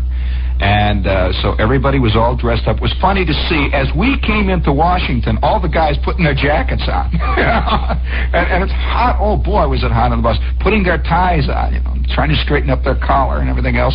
Because, you know, we're going to the... Somebody said it was like going to church with 200,000 people. That's really what it was like. Well, standing back of me was a man, a great guy. And he was sort of a little short, stout man, sweating like mad. And he had rimless glasses. And his rimless glasses were all clouded up because he was sweating, and everybody was pushing him, and he had his little signs, and the sign said, NAACP Boston branch. And he's holding up this thing. You know, it's a long way from Boston, believe me, to Washington in a bus. So he's holding that sign up there, and then Marian Anderson started to sing the Star-Spangled Banner. And the push was so fantastic you could see nothing except those great white columns of the Lincoln Memorial standing over you. And back of you, all the way in the distance, you could see the Washington Monument standing up and that long pond. You saw that picture in the paper today? Well, I want to tell you, that picture does not even come close to even approximating what it was really like. How beautiful. That sky was fantastic. The clouds were white. And that great beautiful reflection of the Washington Monument laying across that water, and all those people sitting there with their clothes on, all dressed up, ladies with flowered hats and everybody else, and the kids all shined, everybody sitting, and it was just a moment where everybody's like all dressed up and everything was working fine. The trees were fine, the breeze was blowing, and once in a while a great big airplane would come across going to the Washington airport there, and he'd have his flaps down, and it was just like somehow everything was there. It was all right. Well, this little fat man standing back of me, sweating profusely, and he's holding up his sign, and Marian Anderson started to sing the Star-Spangled Banner. And it was, you know, it's the usual kind of Star-Spangled Banner where it's through a PA system, and we're so far away we could hardly hear, you know. And she's singing, you couldn't even distinguish the words, but it was the Star-Spangled Banner, everybody's standing there. And suddenly a lady about, maybe 5 or 6 feet away, a lady with a big red colored hat on with big white flowers, the official kind of lady, you know what I mean, by the club lady who's always organizing. Say, this is a very club lady type. And she's a big colored lady, and she starts to say, well, the Brooklyn Corps representatives, please assemble over here. Please get over here. Brooklyn Corps representatives. And she's hollering in the middle of the Star-Spangled Banner. Well, the guy behind me says, Madam, and she looks at him, what? He says, they're singing the Star-Spangled Banner. We usually are quiet during the singing of the Star-Spangled Banner. Please. They're singing the Star-Spangled Banner. Well, she sat, just a funny look on her face for a minute, and she turns. Of course, the real organizer is not ever put off by anything so trivial as feelings or emotions. Well, she looked at him for a moment, And she turned, and he stood there sweating with his hat off, and they're singing the Star-Spangled Banner. I thought for a minute, what a fantastic moment. And don't anyone call up and say, Uncle Tom. Stop it, man. Oh, you know not whereof you speak. Well, we were standing down that crowd, and it was just hot and sweating. And then they began to bring on one entertainer after the other. Well, this was the entertainment for the real thing. And in the middle of it all, they brought our delegation. Somebody decided to bring our delegation up, and they pulled our delegation around and brought it up to the front through the ropes somehow, because every place had its own place to be, and they found that we were in our wrong place. We were between the plumbers and the concrete workers and a Catholic local from Baltimore. I don't know how we got there. So we wound up in the right place, and we're standing there, and suddenly I got a new perspective on it, because I'm looking at it from a very different direction, and I can see all the newsmen there, very official, roped off. You couldn't get near them. Fascinating. They're going to report on it. And I suddenly see all these official showbiz types frantically running around getting photographed. And somehow I had that was the one discordant moment that I had in my own mind. I didn't see any of these great these people who got their pictures in all the New York Times and all the papers. I didn't see one of those guys march. I'm sorry. I didn't see any of them do any of the stuff that all the poor little people who went down there to do did. And they're up there signing autographs, and they're frantically standing in the way of newsreel cameras and getting their pictures taken, signing autographs as though somehow they vaguely were responsible for goodness. They've come to put official stamp on goodness in the world. And everybody was watching them. They're signing autographs. And all the while they're signing autographs, Martin Luther King is giving his talk, which was a brilliant speech, by the way. Martin Luther King is speaking, and these guys are standing around signing autographs, and the newsreel cameramen are taking their pictures.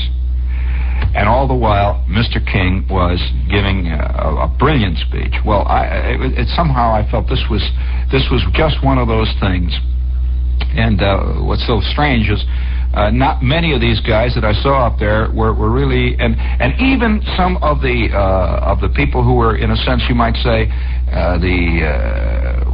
a couple of Negro authors and a lot of real hard-hitting, angry types were up there, and it was as though all of show business had gathered, and they were autographing each other and loving each other and taking pictures with each other, and all the while the real people were sitting down in the great crowd eating fried chicken and really digging each other for the first time, probably certainly in a couple of hundred years in America. And for one of the rare times in the world, I might also feel this is true. Nothing to do with American chauvinism, but it just happened that it was one of those days. And up there, you see business as usual with the celebs. Oh boy! And if I had seen a couple of those guys marching, I would feel better about it. But I didn't see many of them do it. If they had been there without any name, without any... one guy I saw, and I will remember this, I saw him, a famous American author, sitting in a bush. And, in a bush. He was not out there autographing. He wasn't up on the Washington Monument getting cheered or anything like that with the other guys. And I'm going through the bush, and there he's sitting there, and he says, "Hey, Shep." And he made a couple of comments. He says, "Boy, what a rotten beard." And I said, "Yeah." And I said, "What are you doing here?" And he's sitting in the bush, in a bush, drinking a Coke. And he's just sitting down there digging it. And I'm sure that in the end, this guy will know a lot more about what went on than those clowns who were up there on that great big platform. And I'm not trying to put him down. It was just... somehow it was wrong, Somehow I felt very, very, that was wrong. And then I learned something about this. One of the guys, this is an interesting thing, one of the guys who organized the group that I was in, it's funny how you quickly can tell the honest from the dishonest when the chips are down. The guy who had organized it, he's working like mad, and for weeks he's getting the thing. He gets us there, and he's shepherding the group around. We're really tough. And he was so concerned with shepherding us around there. He was an actor, by the way, that when he finally got us in position, the gates had locked, and he didn't get in. And who do you think, and there is this woman who is not even involved, as far as I know, in organizing all that. her pictures are the ones that are in all the papers about it, you know. She's in front of every sign, you know, waving. And the guy who really was doing something, he's not anywhere near there. Nobody even saw him during the whole thing. He was out there probably trying to get cokes for guys that had fainted, you know, that kind of thing. Well, the whole thing was, I thought, a tremendously, to me personally, a greatly, really genuine education. And I've been involved with this sort of thing for a long time. I've appeared on many programs off and on. That's one of the things that always bothers me, is to find myself on a program with 9 showbiz types who are trying out new material. You know, can you imagine trying out new material in human events? Oh boy. You know, and I've always felt a little sick about it, but yesterday I found out something that I will, for a long time, it's going to be difficult to forget, and I'm sure that I will, unfortunately. This is the way we are. But among other things, remember one little incident, the food incident, John Wingate. Did you hear about Wingate? Wingate, now, you know John Wingate. You know the reporters. You know, they've got the best of everything, and well, they do. You know, they go down, they stay in a hotel, and this is just the way a reporter has to work. He's got a tight schedule. He's not like the other people. Well, Wingate is down there coming down. He's been working all day long, and the newsmen had a devil of a time, you know, sweating and everything else. And a large lady came up to him, and John is sort of standing there, and she offers John and gives John half of her lunch. She says, you know, you probably had a lot more work than I did, and here's this large colored lady with a flowered dress is giving John the fried chicken. And John was absolutely, I knew this. John was, just the way things went on today, they knew they were at something more than a news event. I saw Lester Smith in the crowd, and Lester Smith was one of the few times I've seen him absolutely thrown off base. He's one of the calmest, best reporters I've ever known. And John said, "This is Lester. This." He says, "This is incredible, just incredible."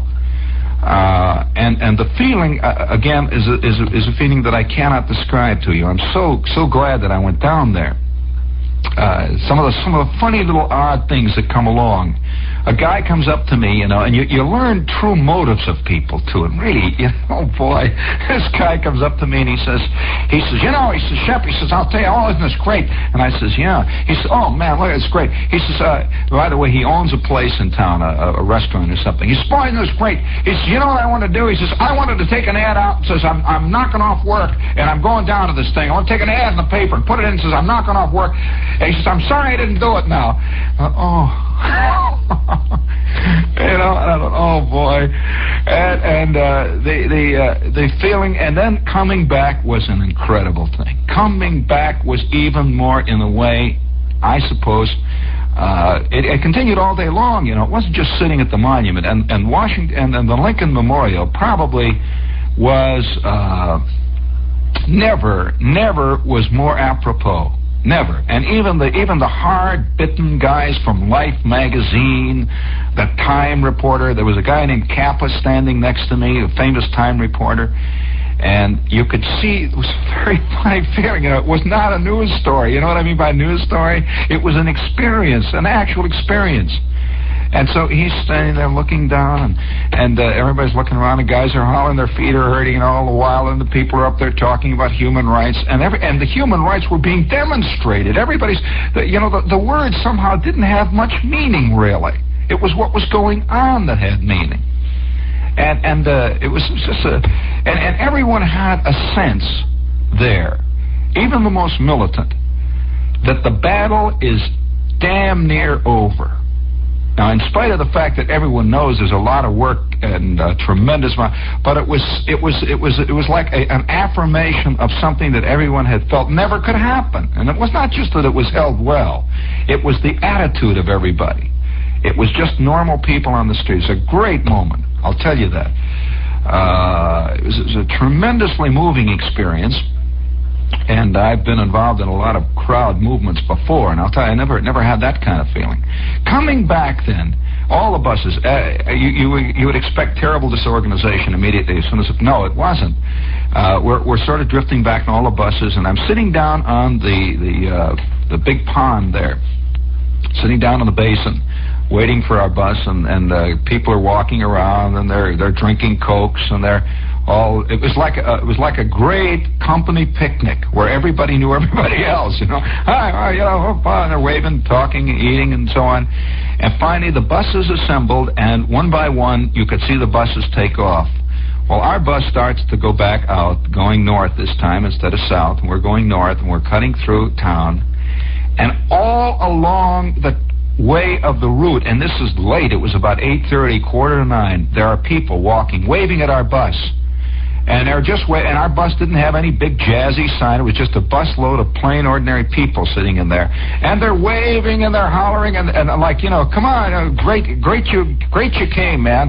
That kind of feeling. It wasn't a feeling of, boy, we showed them, didn't we? It was a feeling of, boy, it was wonderful you came. And they just waved and they're grinning and everybody, our bus is going out and people are riding along in the cars, just ordinary people, white people, everybody. And they were all waving at the buses out of their cars as we're going. And out we go. We're going north this time, out along the highway. Millions of buses, one after the other. A fantastic parade. And in the end, I'm sure it is a parade that no one will ever forget. A truly historic moment. And I don't think it is a historic moment politically either. It was a historic moment for a lot of people who did not conceive of people being this way. It's a new concept for a moment there. At least for a moment it was there. And it makes everybody that much more irritated when you get back into real life. Back into real life. It's like people who were in the crowd in VJ Day can't forget it. People who were in a crowd during a moment of genuine rapport. The minute you go back to the fist fight and the hollering and the yelling, somehow it tastes even bitterer, that fist fighting and hollering and yelling. And there's a strange nostalgic feeling for that moment.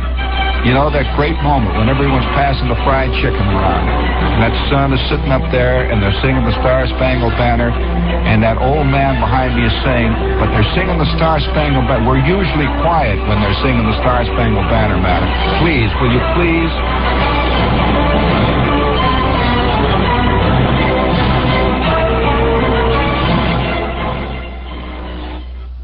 From August 15, 1963, News Bulletin. Ted Mallie reports about a gunfight in Manhattan.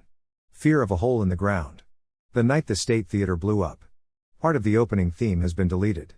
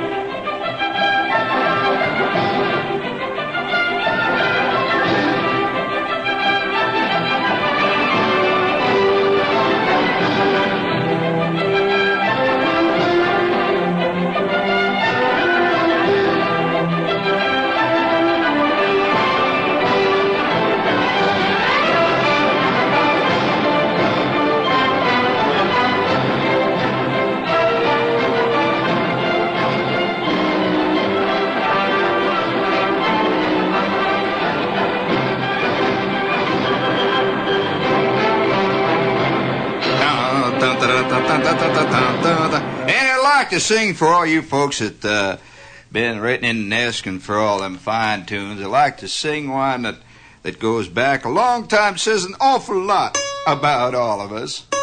And it's one that I know you'll enjoy. Oh, I've been sitting here quietly molding away. Gonna sleep in the kitchen with my feet in the hall. Gonna drink muddy water. And now, folks, I'd like to You don't want me to hear sing the rest of that? A lot of fantastic lyrics about that one. Of course, it all relates to the secret thing that's down inside of us. It keeps jumping out once in a while and scurrying around in that vast gymnasium of the interior man, the one where the tennis game alternates with a very bad basketball game that is being played in half light, and the rules keep shifting and changing, and you don't know which side to cheer for. You don't know whether or not to holler for the guys that are taking the rebounds or holler for the guys that are trying to hook them in over the guys that are taking the rebounds. Oh, I'm going to drink muddy water. Going to sleep in the kitchen with my feet in the hall. I'm going down to that old river, that old rotten river. Going down to the shore. Going to look out over that water into the dark and stormy night. Gonna dream, gonna think, gonna spit and yell and holler about you, baby. Oh, I'm gonna drink muddy water. Gonna drink muddy water. Gonna drink. All together, gang, let's go.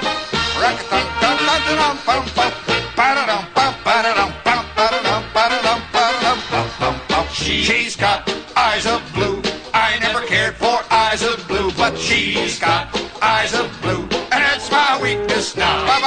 She's got dimpled cheeks. I never cared for dimpled cheeks, but she's got dimpled cheeks. And that's my weakness now. Wah, wah, wah, wah, wah, wah, wah. Oh my, oh me, oh my. Oh, I should be good. I would be good, but she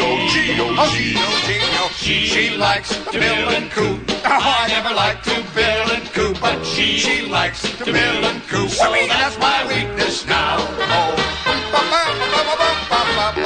she's got bumpy knees. I never cared for bumpy knees, but she's got knobby knees. And that's my weakness now. She's got yeller teeth. I never cared for yellow teeth, but oh boy, she's got yellow teeth. And that's my weakness now. Oh me, oh my. I'm sorry, there's a lot of lyrics to this song I have not sung to you yet, fellows. And for those of you who are over 21 and who would really like to know how to sing this song in your spare time next to the TV set with your banjo, send your name and address to Whoopee Lyric, WOR, AM and FM, New York. Available only to art students.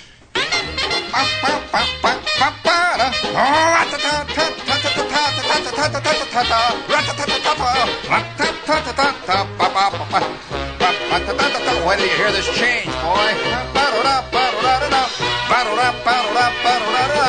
Quack, quack, quack, quack, quack. She talks, a baby talk. I never cared for baby talk, but she talks, a baby talk. And that's my weakness now. She likes engagement rings. I never liked engagement rings, but she likes engagement rings. And that's my weakness now. Oh yes, oh yes, oh yes, oh yes, oh yes. And we're heading for the Parsons store, I guess. She likes a family. I never cared for families, but she likes a family. All together now. That's all my weakness.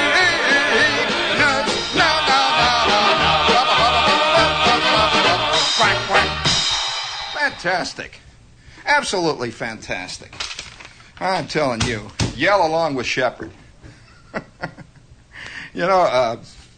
Since it is Friday. Of course, for those of you who are nervous, and this is pretty much the nervous age, for those of you that are nervous, we would like to tell you that this is probably the last program you should be listening to on a Friday night. It's a very bad time. And in fact, it is really a very good time to be nervous Friday night. Because let me tell you, there's a lot of skullduggery that will happen tonight. And of course, the word skullduggery covers a vast multitude of activities. Have you done any skullduggering lately? Isn't that a great word? That's a wonderful word. I think our language, in so many ways, is like the muteness that's beginning to attack the human soul because of the tremendous mechanization of all this stuff. You just can't.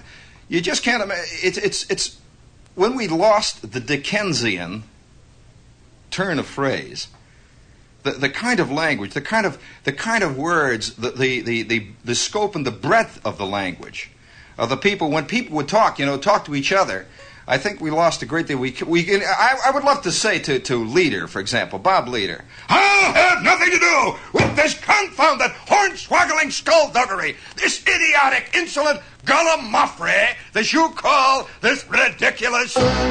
All together. And nobody would ever think of in a political address to refer to what the opponent is doing as outright, blatant, blackguardly skullduggery. This is. No, they don't. They just wouldn't do it. And there are other phrases, of course. Being the way the world is today, you can hardly use them. I can think of about 25 great phrases. Believe me, I will give you the brass figligee with bronze oak leaf palm. If there is one of you, I heard this phrase last night, and I wouldn't have believed it, because it is a phrase that my mother used to use continually.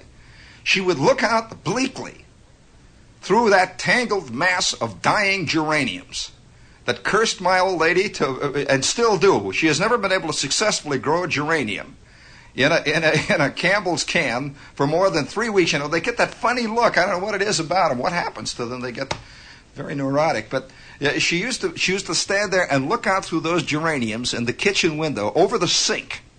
And the sink was doing it, The sink is all clogged up with coffee grounds and all kinds of stuff. And she would take the thing, We had a faucet in our house that if it was turned exactly the right way, Flickinger's house, 2.5 blocks away down the street, would jiggle up and down. It had such a fantastic effect on the main.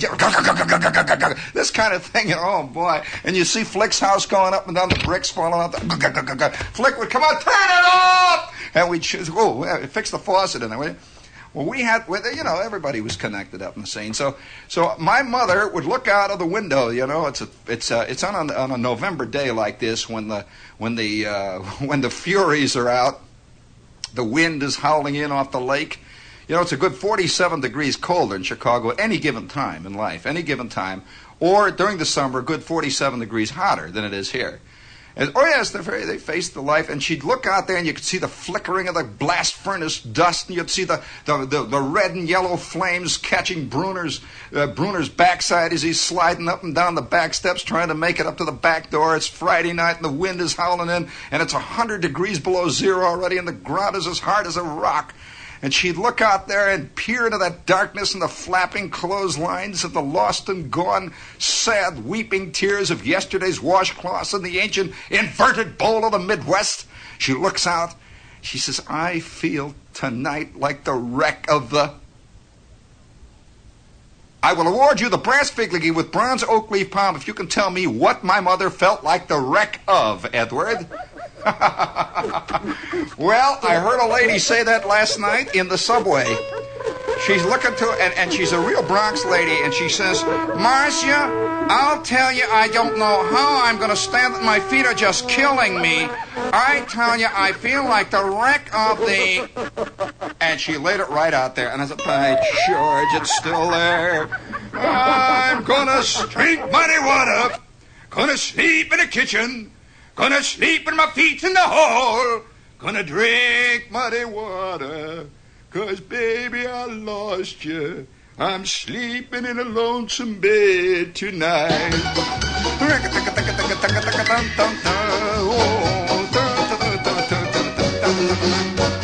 Do you know that last week Governor Rockefeller proclaimed last Monday as Poetry Day, Ed? And this week is School Lunch Week. Oh boy, speaking of insanity, this is WOR-AM and FM New York. And as long as we're on the subject of it, here we have before we go any further, we have a note from the newsroom. Ted. Here's a bulletin, Justin, Gene, from the WOR newsroom on that late report we had on the 11 o'clock news concerning the crime killing. 2 young men under arrest for disorderly conduct tried to shoot and fight their way free on the Upper West Side tonight, but they were killed by a burst of police gunfire. The dead men were tentatively identified as Victor Rodriguez and Thomas Salerno. They were apparently in their early 20s. The incident occurred on 96th Street in an underpass below the West Side Highway. That's the latest. Stay tuned here to WOR for further details. Now, back once again to Gene Shepard. Boy, and life goes on Friday night. Well, let's see. Before Eddie, you got the thing in there? Come on, let's go with the Buick spot, and we'll continue. There we go. Yeah, hit it. Oh, boy. Oh, wouldn't you really rather have a Buick? A Buick? A Buick? A Buick? A Buick? Buick? A Buick? Oh, wouldn't you really rather have a Buick than any other car this year? Rickety-ting. Buick Special, Buick LeSabre, All together, gang. Sing it out Buick now. Electra 225, Ba-ba-ba-ba-ba. Buick Skylark, So personal. Buick Wildcat, Wild. Buick Riviera means adventure when you drive. So wouldn't you really rather have a Buick this year? Ba-ba-ba-ba. Wah, wah, wah, wah. Wah, wah, wah, wah, wah, wah, wah, wah, wah, wah. Wah, wah, wah, wah. Wah, wah, wah, wah. Wah, wah, wah, wah, wah, wah, wah, wah, wah, wah, wah, wah. So wouldn't you really rather have a Buick? A Buick? A Buick? Or wouldn't you really rather have a Buick this year? You know, someday I'm firmly convinced that we will recognize the folk song of our time as the giant singing commercial. I mean, if you're going to take the idea of a folk song as being a song that sings of the concerns of the people of the now, you know, sings about their real concerns and sings about the thing that they really want, and is a functional song. This whole folk thing is very interesting to me in a lot of ways. The drive.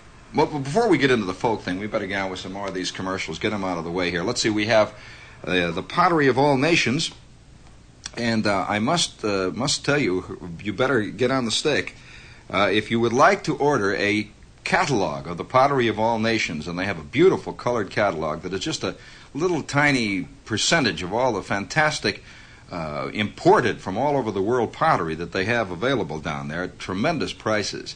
I would like you to whip a card into the mail immediately addressed to POT, P-O-T, W-O-R, New York, New York, and they'll send you a catalog, and you don't have to include postage or any of that jazz. Now, the pottery of all nations has been a long time a kind of landmark down in the village. They're at Sheridan Square. They have pottery. They have French cookware. They have Danish dinnerware. They have silverware. They have all kinds of things from all over the world. And if you spend about 10 minutes down there, you'll know that this is about the most unusual place you've ever been in as far as pottery is concerned. They have one up at 64th and Lex, one over on Paramus and Route 4. And the address again, if you'd like to send for the catalog, do it quick before Christmas. P-O-T, POT, W-O-R, New York. Okay? Let's see. We got football promo. Who are they playing tomorrow? All right, let's see. Tomorrow, football. Gee, I don't have the football. Oh, here it is. Tomorrow, they're playing Pitt tomorrow. Army. They're going to have trouble with that one. Pretty good football team. Army's playing Pitt tomorrow on WOR at 1:15. And let's see, we have here the Children's Fund, the Christmas Fund. Your contribution, Box 710, Times Square Station. This is an old, long WOR charity. Now, getting back to the problem of Friday night, and the thing about that expression brought to mind something which I suppose in the way has some kind of a very deep subterranean, and I use the word advisedly here, subterranean meaning in every one of us. The wreck of the... Do you ever hear of an expression like that? I feel like the wreck of the blank. What is the thing that's referred? Do you know the word, Ed? Do you know anything about that wreck? Do you know why they picked that one to be the wreck of the? It's very interesting. This. What? I've got him? Huh? I don't know what you're saying. You never know that I can't hear that. They do that every time. Some people have been here 20 years and they don't know that yet. But Ed, that is connected with the fear that we all have of under the ocean. I think one of the reasons why people are being drawn into, continually being sucked into the skin diving thing, is because of the fear of the undersea world, being under there. There's something about being under the water that just scares the daylights out of people. If you've ever hung your head over the side of a rowboat in a quiet lake and just look way down into the deeps there, and you see the weeds moving back and forth, and once in a while a turtle swims back, boy, I'll tell you, that's a real scary scene. Well, there is also something that is even more, in a way, scary than being underwater. Have you ever been in a cave? Boy, the fear of being in a cave or being under the ground, somehow the subterranean world is far more scary even than the ocean, because, the light comes into the ocean. You can see it, there's a fish in there. It's scary enough, but the idea of under the earth, really, somehow, that's extremely scary. And have you noticed that of all the things that we have done, mankind has been around on the earth for a couple of billion years now, probably, at least 2.5, thereabouts, they say now. And yet, nobody has really seriously explored under the earth, really seriously done it. There have been a few little borings down into it and a few theories and so on kicked around about it, and there are people believe that they think they know what's there, and they have an idea of how the earth is made, the core of it and all that, and it's pretty well documented, but nobody really explores under the earth. And I think that the desire to explore under the earth is not there. It scares even a scientist. Somebody goes, well, I'll tell you what we do. We have automatic climbing and diving, and it's a digging thing, yeah. We have invented it now, and you can sit in there and operate the controls, and it has a great big windshield, you see. And you can dig now under the earth, and you can dig, say, maybe 5, 10, 15, 25 miles under the earth, and then you can go 28 miles over towards Trenton, if you want to, and just explore what is under there. Well, I would be willing to bet that almost any one of us, Ed, would be far more easily gotten into a spaceship shot off towards Venus. I'm sure of that. Than to be sent down towards the core of the earth in some kind of a insane digging machine that dug like a mole, and had lights, and you could see down there, just keeps digging the earth away, and you could see the stuff, the rocks going past. Oh boy. Well, that is a funny thing, and how I came just occurred to me tonight.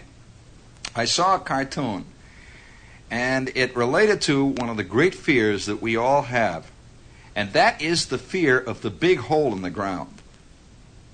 There is have you ever stood next to the Grand Canyon? Just the hole in the ground scares you. You look down there, and there's a hole there. It's somehow a hole in the ground frightens you more than a mountain, which is up in the air. You see, the mountain goes way up. You can look at Mount Everest, and it's 27,000 feet high. It's a fantastic mountain, and the snow is flying, and the wind is blowing off, and guys are being hurled to their death. And somehow, looking in the Grand Canyon will scare you 5 times more than looking at the mountain. And the mountain can be even more deadly for any number of reasons. But one of the scariest scenes that I've ever witnessed or looked upon myself is to look in a great big hole in the ground and just look down in it. Well, I saw a tremendous excavation one time that was being done for a dam in some place in Tennessee. They had dug out half of the county, and it must have been a mile deep. And people would come and stand and look down in there, and they would stand from about 50 feet away. And they would just look at it as if it was some enormous, engulfing, fantastic, devilish monster laying there, just a hole in the ground. They stand there. Oh, boy. Wow. And the guys that hold on to the kids, everybody's holding, they're staying back as if the hole is going to jump out and grab them. The hole is alive. Well, one time, for some insane reason, people have a secret knowledge of these things, even when they're kids, and maybe even more so when they're kids, because kids will automatically shy away from things. They'll see a hole in the ground, or they'll go down into the cave, and it'll scare them right out of their socks, and they'll let everyone know. They'll start yelling about the hole. They're scared of it. Whereas the man says, "Oh, that's silly. That's silly. Now, come on, it's just a big hole." And he's walking along, and there's the fear of water underground. The underground river is definitely there. You know, the idea of the underground river, and the idea of tunnels under there, and things, this great flowing rivers of dark water, and heavy unseen rocks, and strange creatures that are eyeless swimming down there. Whoo, boy! I mean, of course, for a long time there has been a kind of superstition, and even some religions have grown up about this, that there are beings under the earth. The whole civilization lives under there, you see, and these civilizations have it's like the reverse of man. That man on the top of the earth is this good, beautiful creature. The sun shines on him. And if you can imagine the other side of man, the dark, skulking, rotten, clawed side, you know, the evil side, well, that side lives under the earth, you see. And once in a while, one of those under the earth reaches up and grabs one of the good guys and pulls him down. Oh, yeah, you know. They claim that there are even elevators here in New York City. If you go to the right elevator, it takes you right down there. Just buzz the down button 3 times, and you're one of the hamadryads or whatever it is, and down you go, you know. It's right there back of the chock full of nuts. But this fear is a very evident fear. And one time, there were about 9 kids among my, you know, me, Flick, and Schwartz, and a whole bunch of kids. Were out in the backyard. We were way out in the vacant lot, which is about 7,500 yards from anybody's house. Just a little clump of trees out there. It's a vacant lot, you know, a real vacant lot. It's got old footballs and tires and stuff out there. And we're out in the vacant lot, and we are making a cave. We are digging a hole, which we were about to cover over with stuff like cardboard and tin and all that stuff to make a cave. Well, we are digging. We are digging all day Saturday. And we are digging now. It is about 8 o'clock at night. We've had supper. We're still out there digging. See, we're digging. Well, one of the nuts got an idea that what we ought to do is just keep digging a big hole. And just dig. Well, we dug all night. There were about 9 kids, and let me tell you, 9 kids, when the frenzy is on them, 9 kids with the frenzy on them can dig an awful lot of dirt, I can tell you this. Well, we dug this great big hole, and the next day, we're out there digging again. Just digging a big hole, a fantastic hole. And now it's about 9 feet above our heads, and we're climbing up on each other, pulling each other out, and there's water in the bottom of this thing, and we are uncovering grubs and stuff, and all kinds of junk, and roots, and rocks, and grubs, and old tin cans, and ancient pieces of artifacts, and arrowheads, by the way. And so we are digging this hole bigger and bigger and bigger. Well, by the middle of the week, the idea had gotten out, and we kids just leave it go. You know, we walked away. The rumors got out about that hole, and they began to drift back to us. People began to think that something had been out there. There's always a rumor about a big hole.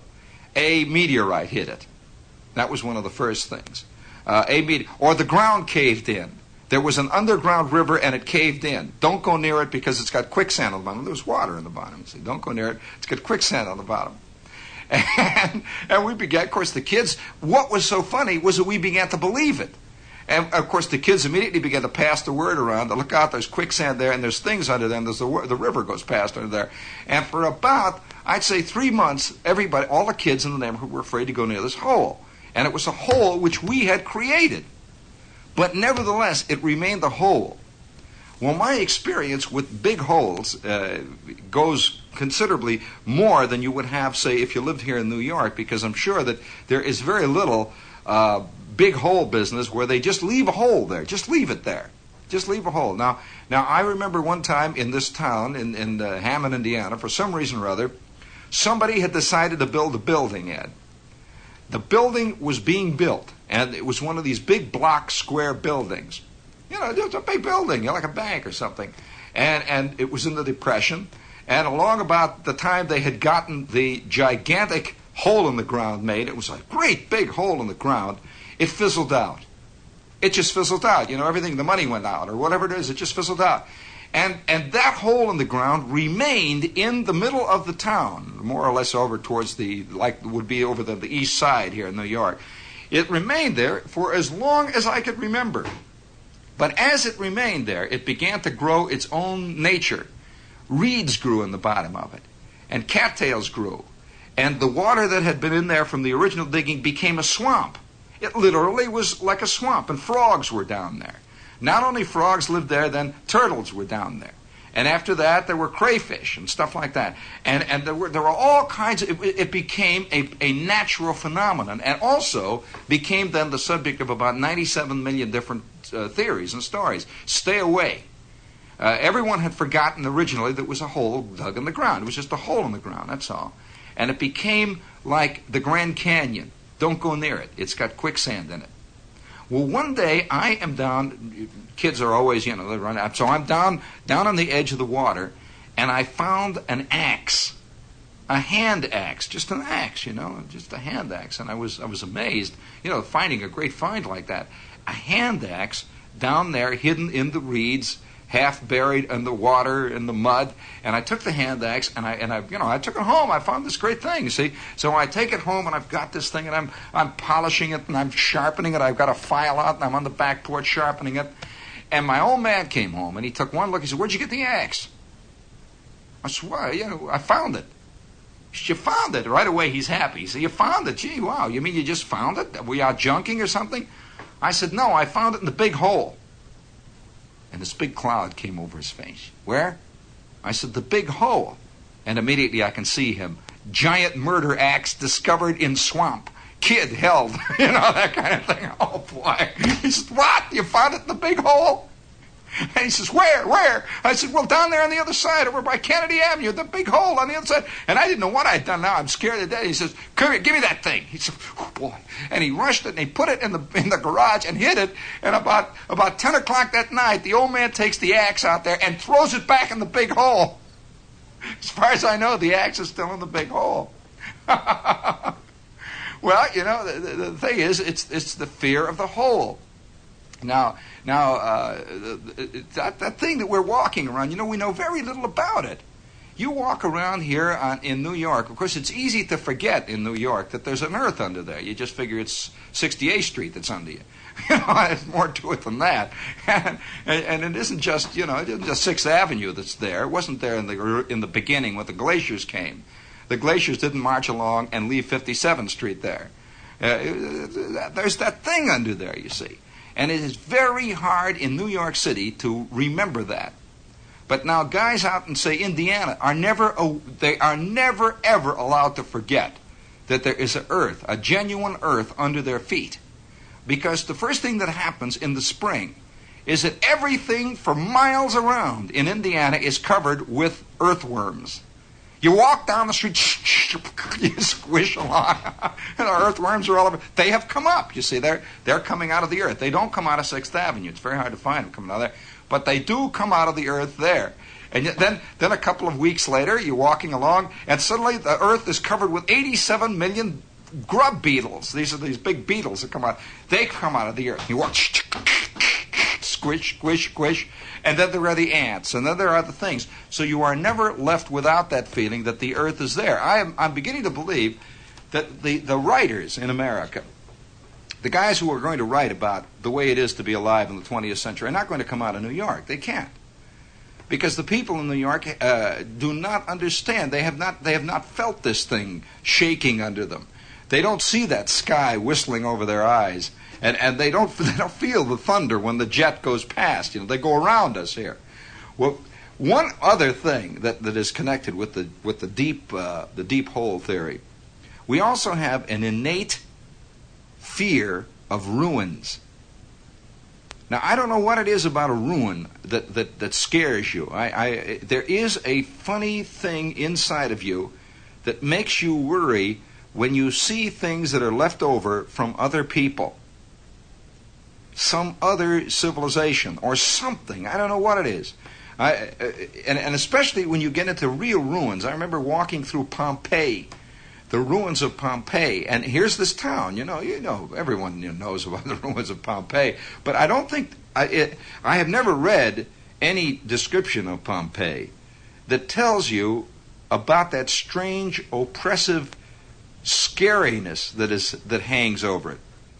The sun is shining down, And all over there are guys saying, you buy a filthy postcard. You want the postcard? You want the sun, the glasses? Huh? And they're running around and they're grabbing you and they're trying to sell you souvenir cameos of obscene objects carved out of cameo by my elderly grandmother. And one thing, you can buy some great stuff in the shadow of Pompeii. And yet, the instant you get down into the streets and you're walking around in Pompeii, or you stand and you look over in Rome, which is not far away, and you look down at that great hole, that fantastic hole where it's all laying out there, the temples and all of it is there, and you can see standing off over to your right, just outlined against the sky, what's left of the Colosseum. At first, it's fantastic. You're really impressed. I mean, there's nothing like it. It just completely throws you, completely, especially at certain times of the day. But then, as you look more and you walk around, there is a kind of oppressive, strange, indefinable fear that sneaks in. I cannot describe it any other way than that. It's a strange thing. Well, in our town, there was a brand new theater put up.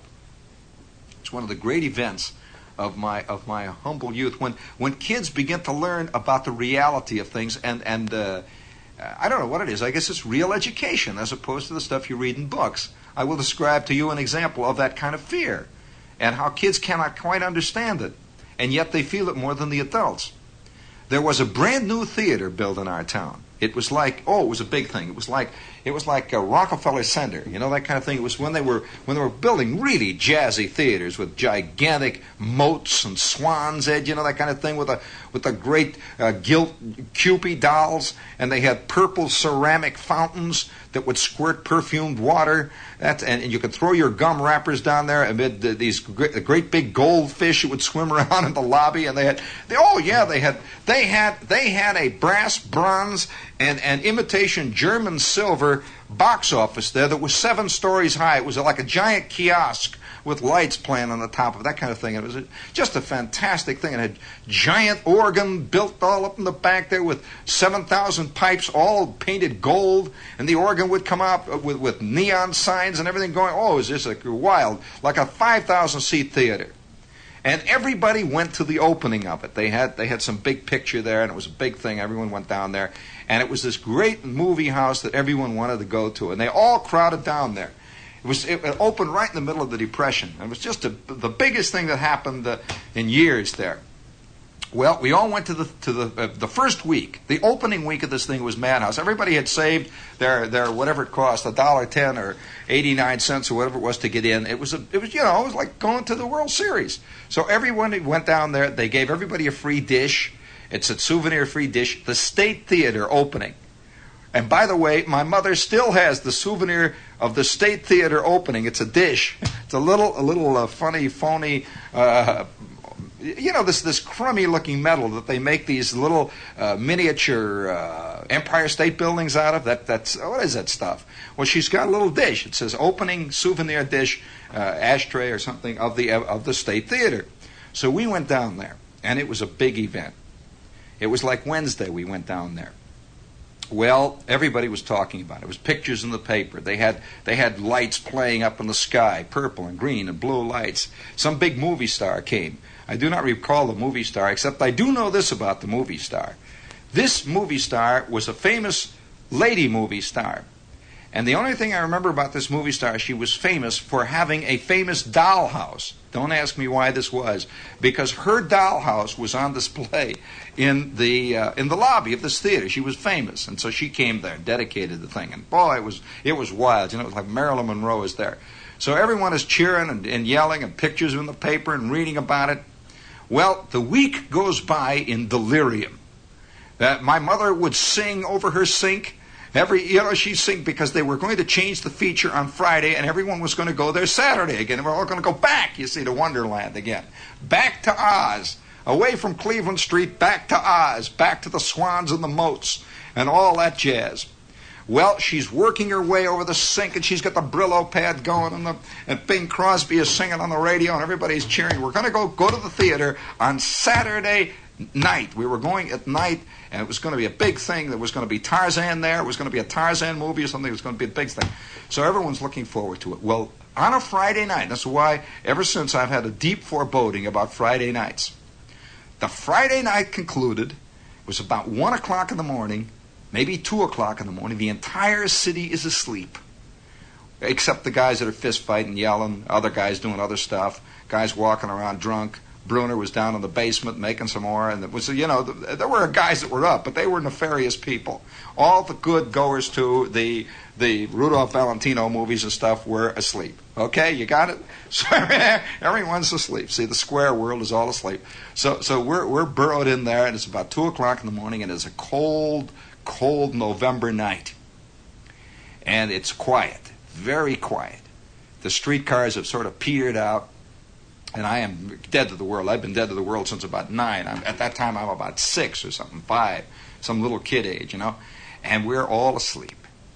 When all of a sudden, out of nowhere, without any warning, it must be the way it is when war comes, when nobody is notified of it, and it just happens. We are all asleep, and suddenly it goes... There is a gigantic oomph. Just the house went, and you could hear cups and stuff. And I and my old man, what's the matter? The furnace! Oh, he runs down right away. The furnace! He's rushing around. Oh, the furnace! And my mother is jumping up, and the flashlights are going, and all around the whole neighborhood you could see lights coming on. People, hey, whoa, oh, oh, oh, oh, and then we saw it. Over in the horizon there, towards the center of town, there is this tremendous, gigantic, great, it looked like an enormous iceberg of flame, just sticking up in the air, and above it is the first mushroom cloud I ever heard of. People like to think mushroom clouds come from atomic explosions. They do not. They are roughly the same as when you blow smoke rings with your cigarette. That's a mushroom cloud, really. It's the same thing that causes it. Just a big, heavy explosion directly upward at a certain pressure will produce a mushroom cloud. Boop! And there it is. It's hanging there in the smoke. Well, where is this thing hanging over there? It hung there in the air, Whoo! And everybody's, and right away, people thought the whole steel mill blew up. Steel mill, Asso blew up, Sinclair Oil blew up, and they're running around. The old man is out there, and he's getting the Graham Page out. He's going to go. Everybody, and you see guys running around with their underwear. And it's winter, We had a town that was an insane fire going to town. Everybody was rushed. Everybody's running around. My mother's got her orange bathrobe on, and the kids got their sheepskin on, and we're back out in the car, and we're going. Well, I'll tell you, of course, the rumors immediately. It's the mill. Well, the mill is in back of us. Nobody thought, well, the mill is the other way, It's the mill. Then everyone says, no, it must be Esso. No, it can't be. What is it? Well, it finally came to light. The cars began to move towards this thing as like a gigantic ant colony going. And right in the middle of town, the State Theater had blown sky high. It had blown up from hell to kingdom come. And it was really gone. Just boom! That kind of explosion, There just ain't no little things. It's not one of those little gas explosions. It really went boom! That kind, and for hours, little pieces of Cupid doll was floating down.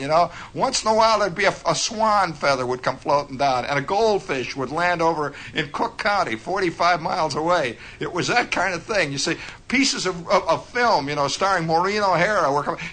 Johnny Weissmuller films were all over it. For Ted Steele, all of it. Buck Jones film was all over Lake County for miles. Well, it was a fantastic explosion, and the people are standing there. They're stunned. It's like Oz has blown up. I mean, Oz, this is the thing that people, it's gone, look at it. And guys are running around, some guys are spitting in the fire, trying to put it out. Other guys are throwing little cups of water. Look at it. And the firemen are just completely gassed. There's nothing. There's a big hole in the ground. And nobody could figure out why it happened. Well, that thing burnt all night. And then finally the next day, there it was, right in the middle of town. It was like I'll tell you, it was like an enormous decayed tooth. It was like a tooth that had a decay in it that you couldn't believe, and all the other teeth were great. It was just an incredible thing. And people stood around and looked. For miles they came to look at what was left. And you could see that great big twisted box office and all those purple and yellow tiles all over the place. The Gothic furniture was all busted up, the whole thing. And there was a great big, tremendous, I'll never forget, a great big tear just hanging down from a beam of red velvet curtain, just hanging down with big golden fringe on the bottom of it. Just a big hole in the ground. The whole dream world, Hollywood, everything, blew right up. Boom! Gone. And nobody knew. And there was a very interesting reaction to that. About 3 days after that, everybody completely ignored it. They never cleaned up the mess. There was a ruined theater in the middle of town for as long as I could remember after that. And once in a while, and nobody went near it. No vandals even went into it. And you could see those great big twisted organ pipes laying over sideways. And that enormous tattered rag of red velvet slowly began to dissolve in the wind. And over here to the left you could see gigantic gilt Cupid dolls hanging from old beams. It was all twisted and torn. And nobody even went near it. And gradually a fence grew up around that.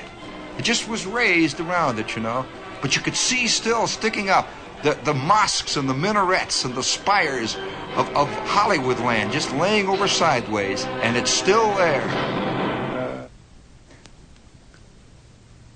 Tomorrow afternoon, direct from Pittsburgh, Stan Lomax and Les Smith bring you all of the exciting play-by-play of Army football. Now be on the scene for every play as the cadets continue their fight for national honors against Pittsburgh. That's tomorrow afternoon at Pittsburgh. It's Army versus Pittsburgh. The game time is 1:15 right here on WOR Radio. And that is WOR-AM and WOR-FM in New York. And right now on WOR Radio, stand by for a delightful morning of interesting activity and fascinating guests. You'll be hearing them with Long John Nebel. It begins now at precisely midnight. From August 18, 1963, he announces that he will be performing at Rutgers at the end of the week. Shepard plays the devil. You never can tell. A mysterious patchwork quilt. After the program, WOR-FM signs of before the start of the Long John Nebel Show. Part of the opening theme has been deleted. Yes, sir, that's my baby now. Oh, father, rickety-ting, rickety-ting, rickety-ting. Rickety-ting, ting, ting, ting, ting, ta, ta, ta, ta, ta, ta, ta, ta, ta, ta, ta, rickety-ting, rickety-ting, ta, ta, ta, ta, ta, rickety-ting, rickety-ting, let's go, man, let's go.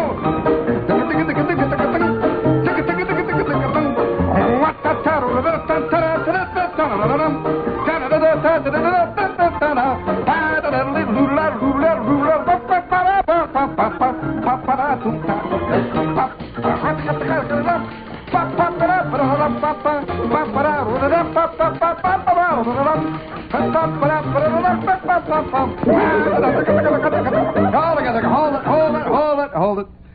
Phew. Boy, I can see it's going to be a very difficult week. It's going to be a very difficult week. My balalaika's out of tune. You know that it is harder to tune a balalaika than a pair of B-flat C melody dentures. Hello, hello, hello, my Bonnie lies over the ocean. Boing, boing. Hello, testing. Hello. There we go. My Bonnie lies over the sea. It's going to be one of them nights. Might as well just get yourself set to it. It's going to be a very profound night. We are delving into the innermost psyche of the 20th century man, of which we all are. Bad feet, bad knees, and all. Hello, testing. Hello, hello, hello. Ow, ow, ow, ow, ow, ow, ow, ow, ow, ow. That's CQ there for any of you out there who are bad on your seat. I got a very bad chirp here. Ow, ow, ow, ow, ow, ow, ow, ow, ow, ow. Hello, test. Oh, I'm the Sheik of Araby. Your love belongs to me. That night when you're asleep, ho, ho, into your tent I'll creep, creep, creep, creep, creep. The stars that shine above will light our way to love, baby, ho, ho. I'll come rule this land with me. I'm the Sheik of Araby. I'm the Sheik of Araby. Oh, your love belongs to me.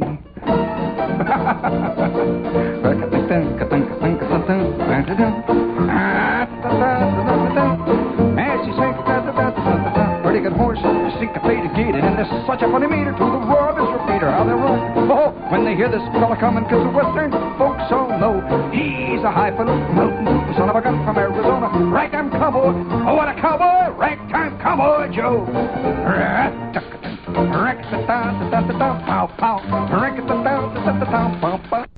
We'll get down with the serious things here now. We'll start delving into the innermost psyche. Let's see, what's the first thing? Yes, I'm going to support unqualifiedly the Red Cabbage Drive, which has just been... Come on, you guy. I'm very serious, you know. When I demonstrate, I'm going to demonstrate for something that makes it. Red Cabbage. I'd like to know whether if there are any other are there any other kohlrabi addicts out there?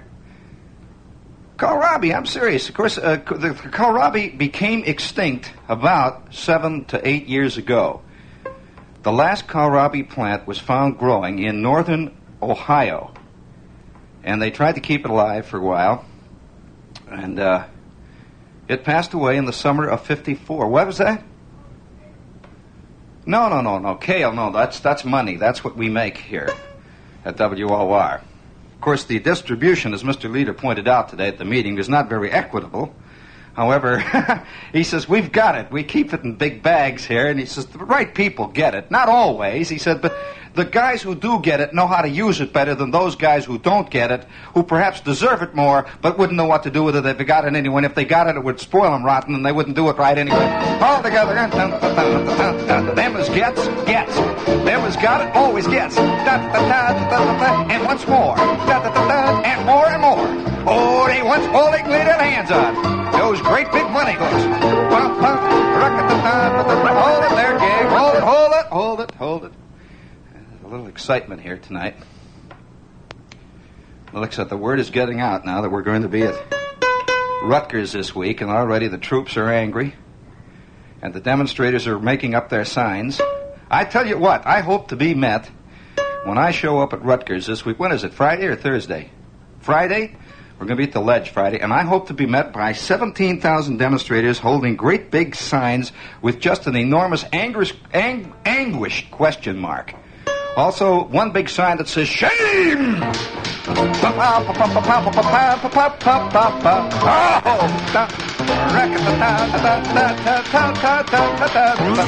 Hey, you know, I'll tell you, hey, cut it out, gang. Crowd. You know, that reminds me of... there used to be, when I was this kid, and I had this mother who used to listen to the radio, and there was a guy, I don't know anything, you know, I have no idea who he was or anything, but there was a guy who used to come on the radio, and there was somebody either he played the piano, or somebody played the piano, or he played the ukulele and somebody else played it, but he used to sing something like this, oh, I'm the Sheik of Araby, your love belongs to me. At night when you're asleep, into your tent I'll creep, creep, creep. The stars that shine above will light our way to love. Oh, come rule this land with me. I'm the Sheik of Araby. Was there any such singer ever like that? Yeah, he used to, and then he'd make funny things with his mouth. He would go...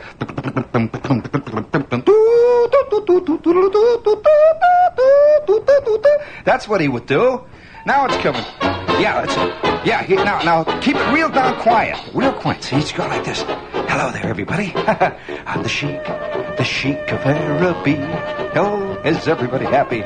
Your love belongs to me. Oh, at night when you're asleep, baby, into your tent I'll creep, creep, creep. Oh, the stars that shine above, oh, will light our way to love, love, love, love. Come rule this land with me. I'm the sheik of Araby. And then he'd go, doo doo doo doo doo doo doo doo doo doo doo.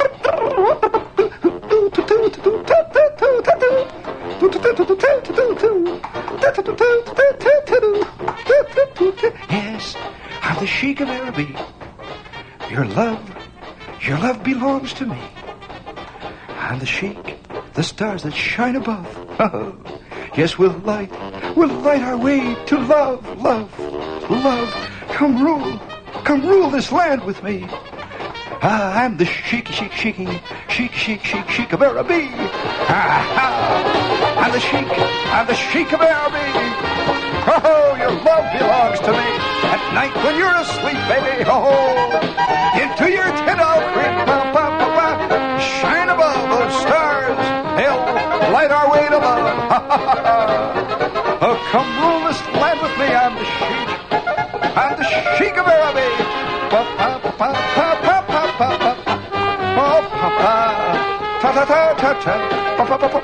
I'm the sheik, oh, the sheik, oh, that old sheik of Araby. I'm the sheik of Araby. Pow. Yeah, who was that? I don't know. My mother used to stand there next to that radio, and I'll tell you, you couldn't get a dish of red cabbage for nothing till that guy was gone. She'd let the hamburgers burn right on the stove there. And this guy is singing things like, oh, sometimes I'm happy, sometimes I'm blue, sometimes I'm crying, oh, all over you. Pa pa pa pee pee da da da. That kind of jazz, you know. Well, now while we're on the subject of, since it is Monday night, and it is a Monday night, I don't know why it is. It's a singularly quiet Monday night, and yet the air is full of portents. Evil and otherwise.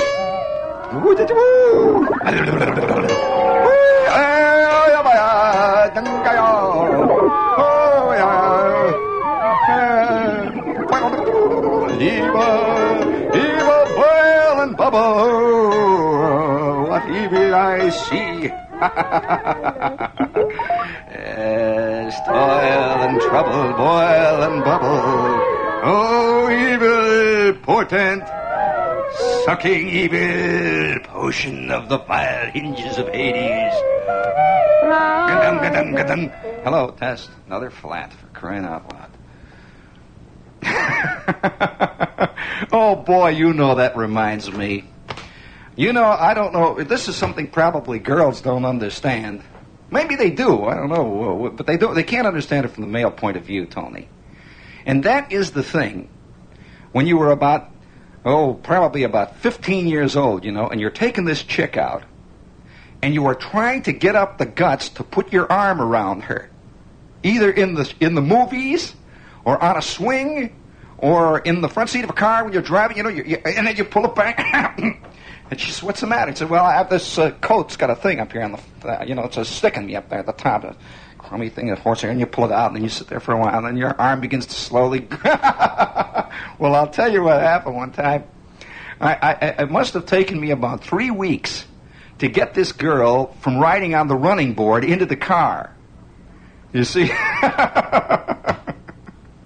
I'm sorry, Tony. That's the truth. She came from a very scared family, you know, the kind that wore very tight hair curlers all the time. And they wore hairnets on their head, you know, the kind that grandmothers wear in the morning with the boudoir stuff.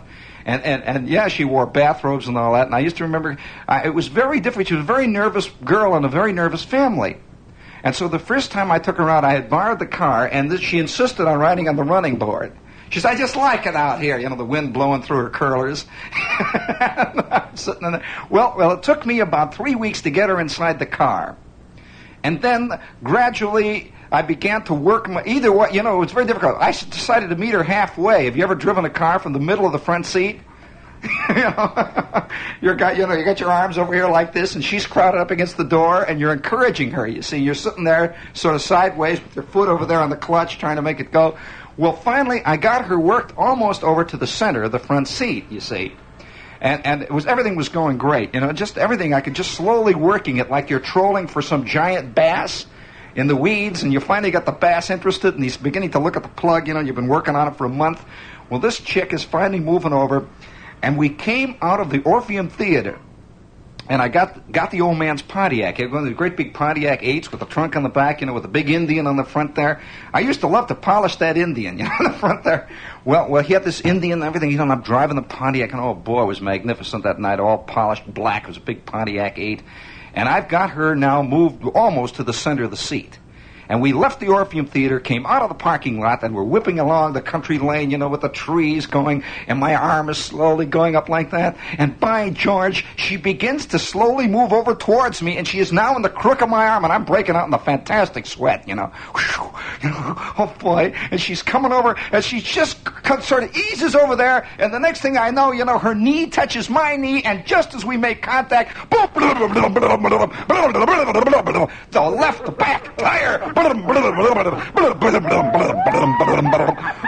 my God, a flat. What a time to get a flat. Oh, what a time. And I get out of the car, and I got my electric blue sport coat, the one that comes down around the knees, and it's got the 17-foot shoulder padding on it. And I get out there, and I start changing the tire. And in the interim, between the time I took that spare tire out, which did not have air in it, by the way, I rolled it 14 miles down to the Esso station and back, back all the way, sweating everything all the way up. My coat is purple now instead of blue. And I get back, and I put the tire on, and in that interim, she had seen the light. She had seen she was wrong from the very beginning. So we got in the car, and I turns the key on, and now we're ready to go. She is back out on that rotten running board, and the wind is blowing through her curlers. All together, gang. Oh, boy. Boy, hello. Oh, stop. Oh, you talk about disappointing. Oh, this is WOR-AM, and it just as follows. WOR, and I came into this station 17 million years ago. Back in the Paleolithic days, Tony. You remember? With my head high. Remember those days? My eyes shining brightly. My head in the clouds. Gonna march forward, ever upward, ever onward. Going forward. I came into this station, looking into the clouds, and look at it now. This is WOR AM and FM New York. Yes, your human geranium patch. Your human compost heap. We'll be here until till they finally have the thing there, upstairs when the meeting finally comes to its conclusion. Speaking of the since we are here tonight, it's funny nobody remembered that, did they? The name of that singer, huh? What does that mean with the hands up? I bet none of you know the name of that Indian that's on the front of the Pontiac. No, don't call. No, I don't want you to call. I didn't say that. That's a rhetorical question. Yeah, that's right. That's the obvious. Chief Pontiac.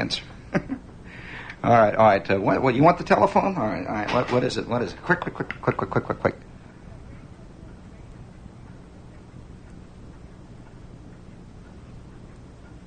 Yeah, well, it was about 15. See, the memory is imperfect, all of you people, as you know. And thank God it is. Boy, we'd be in trouble if we always really remembered. Believe me, there'd be more fistfights every hour on the hour if all of us had perfect memories. Boy, let me tell you. But no, I'm not. I don't know. There were about 25 different guys who said Little Jack Little, Smiling Jack Smith. Guys like Ukulele Ike and all those faded names 10 million years ago. Well, I don't remember any of those guys. All I know is that I just heard the names, and I remember this coming out of the Sheik of Araby. Yeah, when you're asleep, oh baby, into your tent, I'll creep.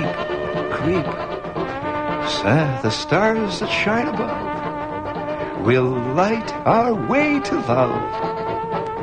Now come rule this land with me. I'm the Sheik of Araby. Pata. See how little you could get by on in them days? Well, look at me, for crying out loud. Here we are. But that's neither here nor there. Things are looking up one way or the other.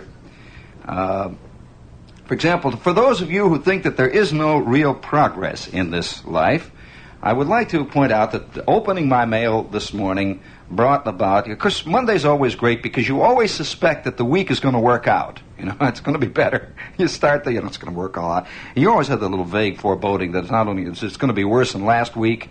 And we're always torn between that. We're torn between trying to recapture the past and trying to march bravely, beautifully, clear-eyed into the future. We're torn continually between that. And I'll bet you 10 to 1 you're going to see this syndrome out at the New York World's Fair exemplified in spades. Believe me, they will have a giant chrome stainless steel building housing rocking chairs from the mid-19th century. They will. I can just guarantee you this. And I don't know whether anybody of you saw the pictures of some of the art that they've already brought in. Did you see? Oh, boy. Ooh, art. Oh, boy, that made me worry right away when I saw some. You mean the one about the achievements of Moses? That's a terrible picture. Yeah, well, I just thought you ought to know, though, that things are looking up. That it is very good. I received in the mail today a significant announcement, Walt, for those of you who are part of this 20th century world. All set, men? Significant announcement. I wish I had some significant announcement music. I can do it. That's all right. I can do it on my guitar here. Doing, doing, doing, da da da da da da da. Doing, doing, doing, da da da da da da da da da da. From IBM. Punch cards get new look. Most significant style change in 73 years. Da-da-da-da-da-da-da-da. Doing, doing, doing. Da-da-da. White Plains, New York, November 4th. The 73-year-old punched card, foundation of the country's automated record keeping, is getting a new look. IBM announced today that the rectangular general-purpose punch cards will now be available with round corners, as well as the beloved traditional square corners.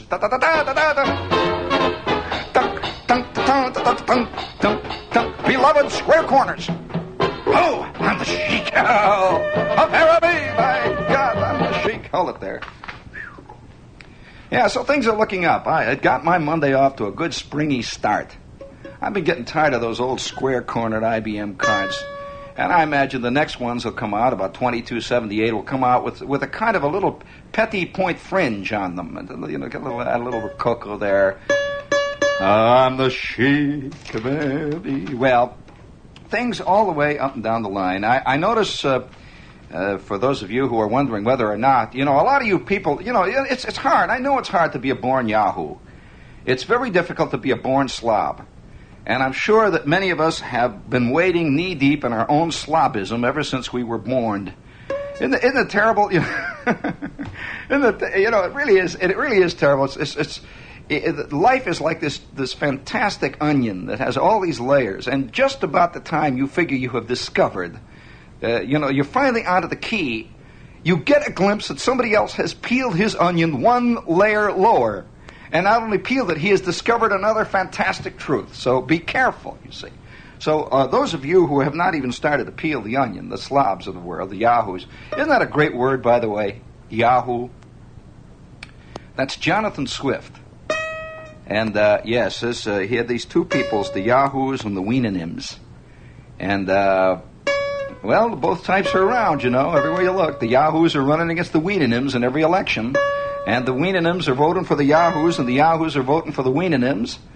And, hello, testing. Hello. Now, as I say this afternoon, the mail was good.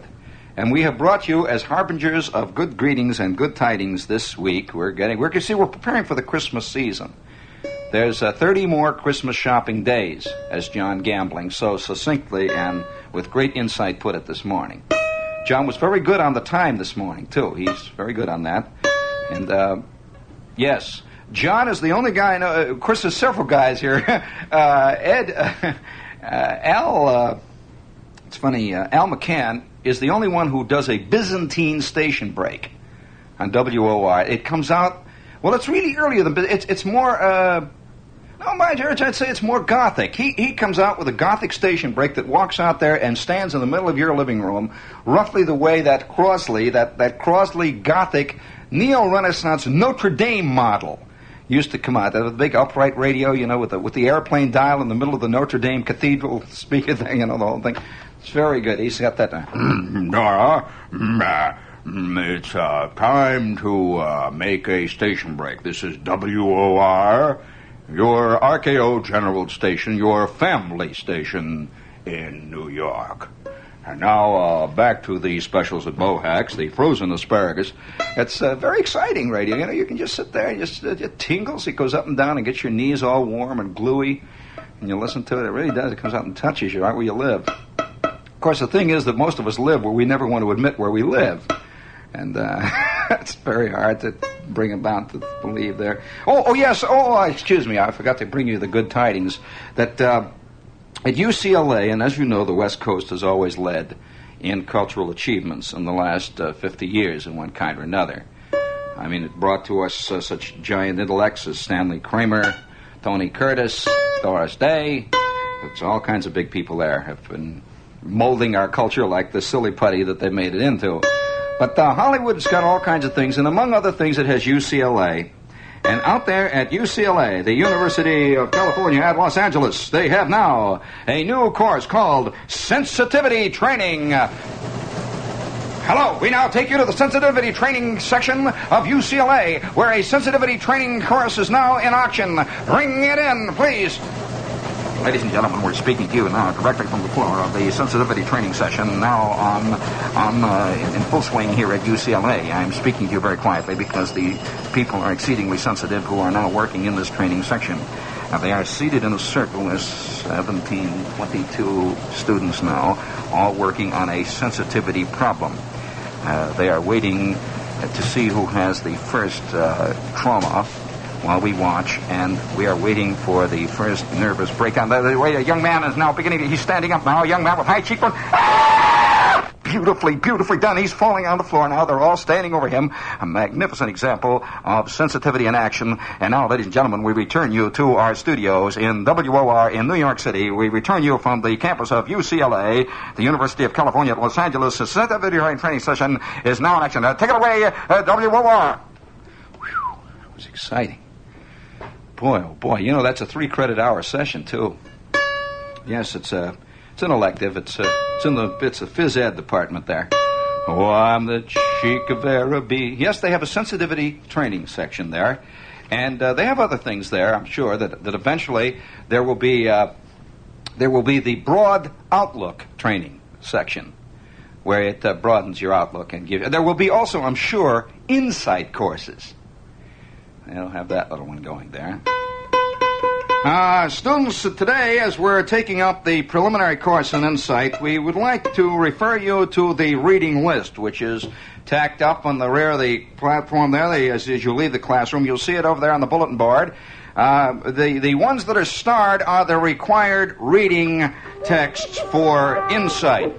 Now, those of you, as we're opening the course, we'd like to tell you that those of you that pass this successfully with better than a 95 average, you will be allowed to get into the sensitivity courses, which Sensitivity 1 and 2, and Sensitivity 3A, which is for the graduate level of sensitive people. However, you must have the prerequisite of the basic broad outlook training, which all of you have, or you wouldn't be here today.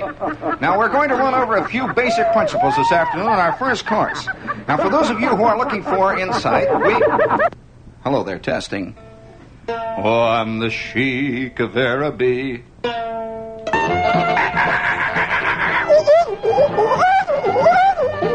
Hey, cut it out there. I got hung up there. Another one of those rotten flats. Just when I was getting to it. Now I'm the chic of Araby. Oh yes. Another bit of information for those of you who think that you're just sort of flubbing around. Do you know that you can now buy Queegies? Well, you remember Captain Queeg. You know those little ball bearings that he had? They're now called Queegies.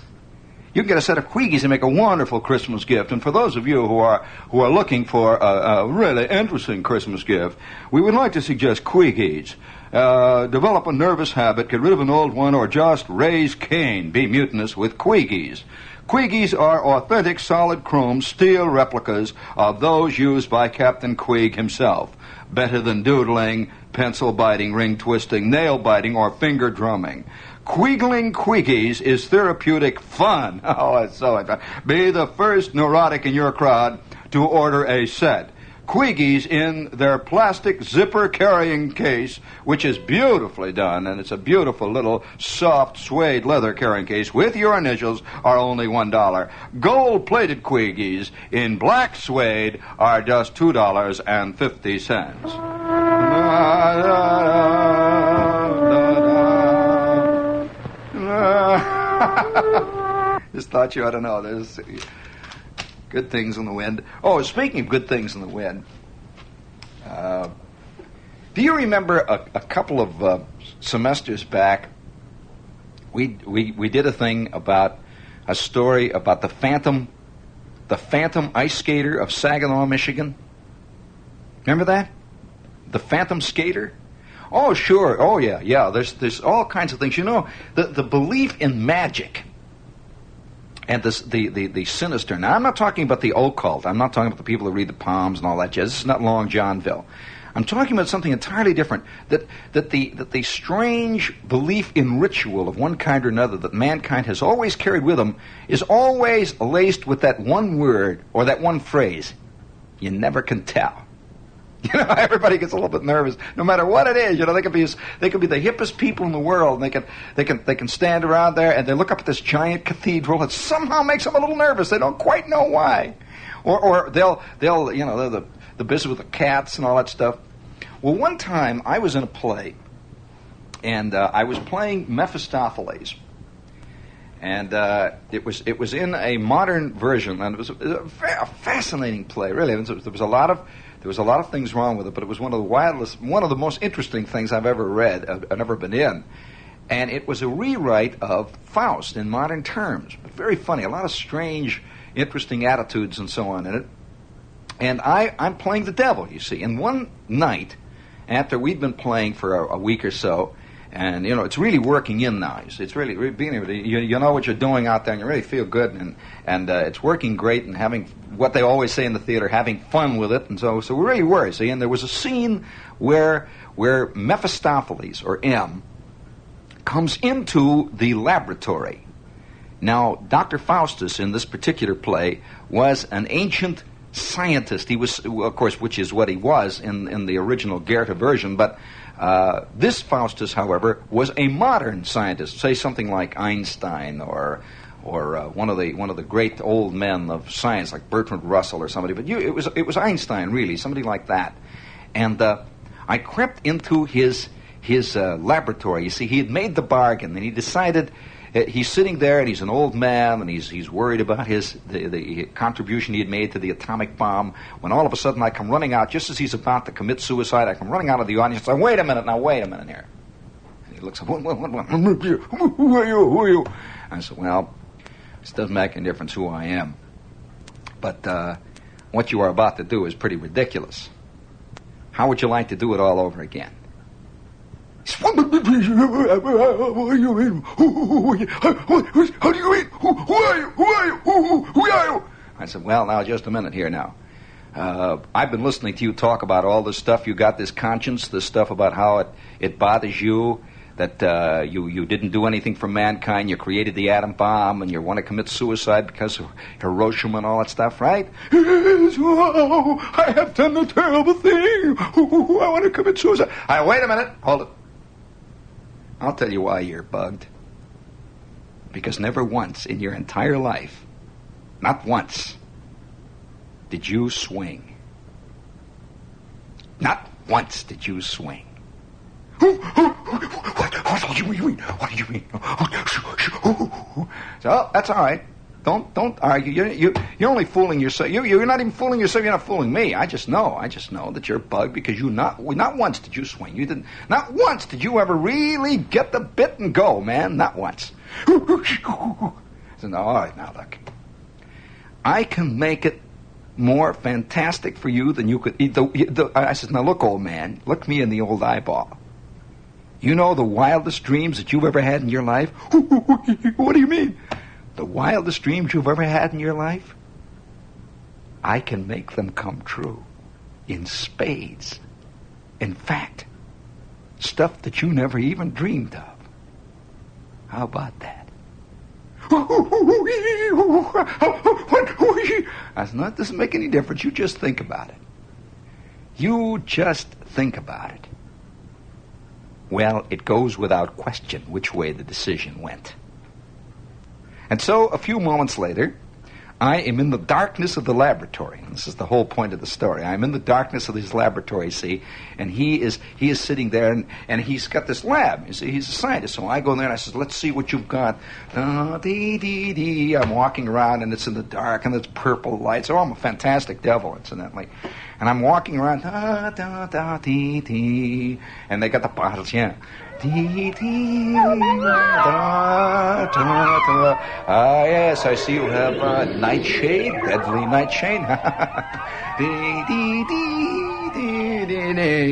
All right, now let's see.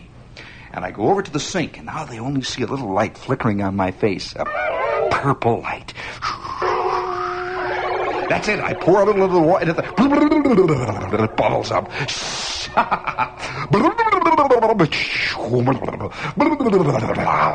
And now there's a purple cloud rising up into the lights. And with that, I take a little of the salt. It just suddenly occurred to me, Tony, just without any, just occurred to me. The devil, you know, see, this is the devil.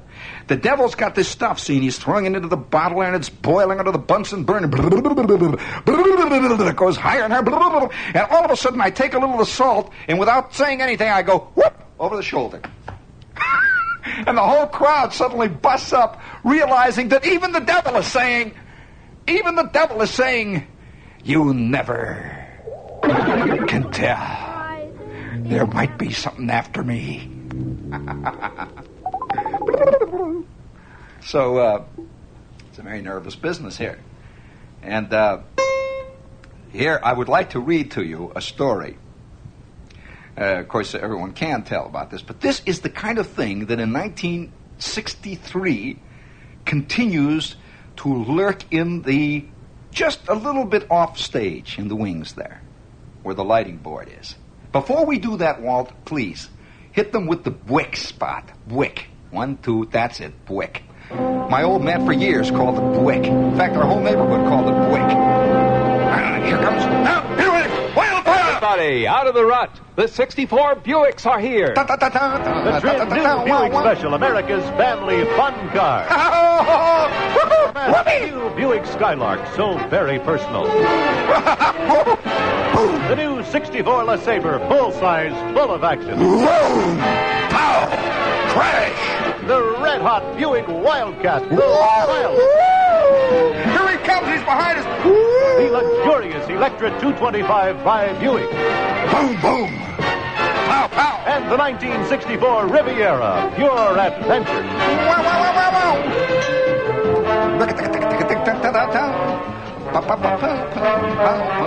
See these 6 great cars at your quality Buick dealer now. Above all, they're Buicks. Quack, quack. Okay. Now, let's, you want to hear that story? Okay. It's lurking in the wings. Wait till you hear this. Just hang around for a minute, Tony. All right, quick. 1, 2, 3.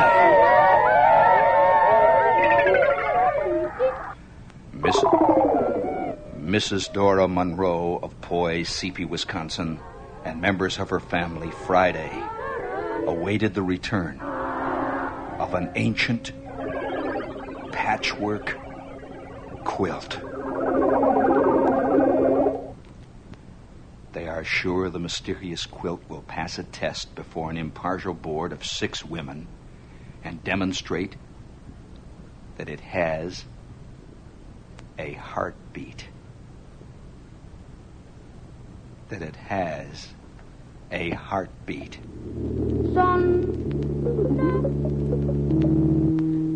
That it talks two people, heats up, tugs its way off a bed, and then by itself crawls under furniture and is watched over by a man who has no face.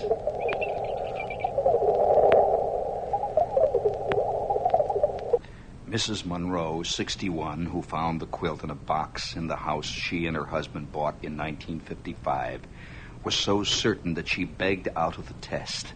She said she suffers from a heart condition. A cousin in Oakland, California, now has the quilt. A psychologist at Marquette University who preferred to remain unidentified said he believed the entire affair was due to group hysterical. So who's hysterical? Asked Mrs. Nancy McHugh, newspaper correspondent. Mrs. McHugh and 5 other ladies want to act as an impartial testing board. They've asked Mrs. Monroe to request her cousin to return the quilt by air express, and they will pay the charges. The ladies will gather at the home of Mrs. Arthur Fraser to hold a silent vigil over the mysterious patchwork quilt. The quilt's antics began 6 years ago when Mrs. Monroe's daughter, Mrs. Florence Del Foss, 33, said she was awakened by the tugging of the blanket. It reportedly cried out in a plaintive voice, "Give me my Christmas quilt." Another member said the quilt then heated up and tried to crush her as she lay in bed. Another said that it floated in the air, and all said that the quilt, in full view of every one of them, crawled off the bed and under the bedroom furniture. They could play tug-of-war with the quilt if they chose. Mrs. Monroe said her granddaughter's boyfriend took the quilt to his home at Wincon, Wisconsin. He said that sometime after midnight, the quilt began moving. He didn't believe the story at all, and suddenly the quilt began moving. It awakened him. He got out of bed, sat up in a chair, and watched as the quilt quietly straightened itself out and sat up in an L-shaped form. At that moment, he said there was a knock on his door. He answered it to see a man standing, wearing a farmer's hat, in the doorway, pouring rain, but with dry clothing. The boy said the man had no face, turned and walked off into the darkness without speaking.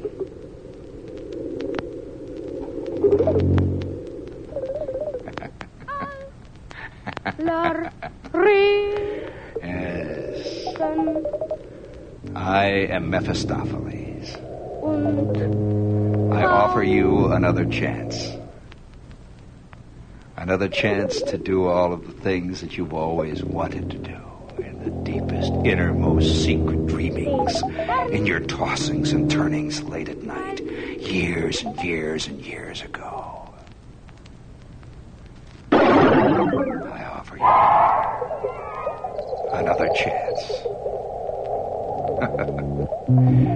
It doesn't do you any good to lie, because you see, I know. It doesn't do you any good to protest.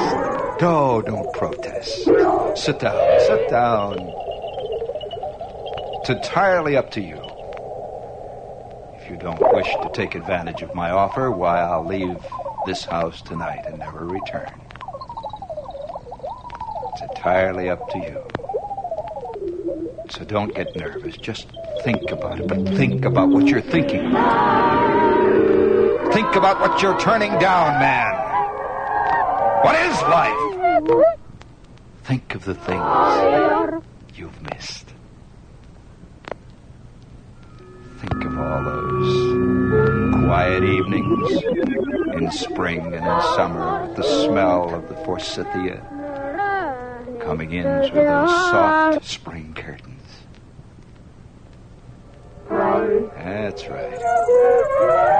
There, I'm glad. Now here, just take this contract and we'll sign it. We'll need a little of your blood, of course. That doesn't hurt. You've spilled a lot of blood in your time.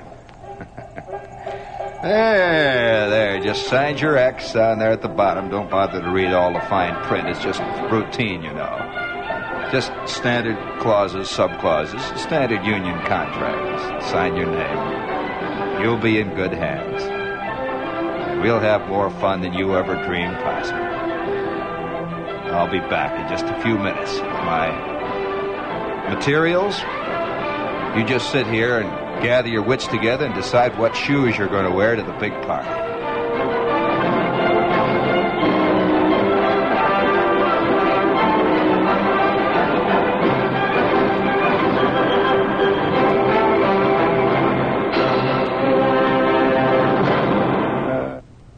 This is WOR Radio, your station for news. Something old, something new. That's Joe Franklin's Memory Lane every weekday afternoon at 12:15 on Channel 9. You'll meet some of the best-loved personalities in show business, many bright new faces as well. Enjoy an hour with Joe Franklin, his old-time movies, nostalgic music, famous guests on Memory Lane, weekday afternoons at 12:15 on WOR-TV, Channel 9. Next, Long John Nebel here on WOR-AM and FM, New York, at midnight. Ladies and gentlemen, because the following 5-hour period has been set aside for necessary weekly maintenance of WOR-FM, we now conclude broadcasting activities until 5 o'clock this morning, when we shall present the program Sunrise Serenade. The program Long John Nebel, usually presented at this time, can be heard on WOR-AM at 710 on your radio dial. Frequency modulation station WOR-FM is owned and operated by RKO General Incorporated, with offices and studios located at 1440 Broadway in New York City, and additional studios in the Empire State Building at 350 Fifth Avenue here in Manhattan. WOR-FM broadcasts at an assigned frequency of 98.7 megacycles, with transmitting facilities high atop the Empire State Building. During the time we are on the air, WOR-FM carries the scheduled programs of WOR-AM. Now, on behalf of the management and staff of WOR-FM, this is Carl Warren, bidding each and every one of you a very good night and a good morning. Now, our national anthem.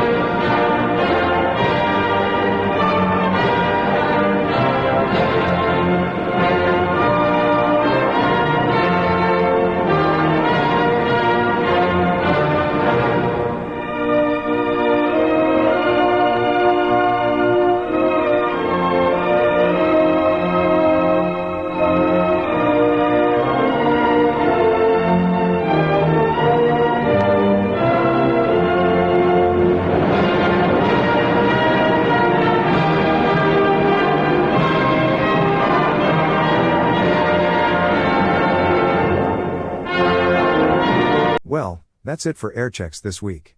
We will have more Gene Shepard next week. I can't always tell how long each episode is going to be, but we keep on doing this until we hit the last episode in 1977. Air Checks is normally a 3-hour podcast uploaded weekly and can be heard every Sunday on the K-Tai radio network. See you at the same time and same channel.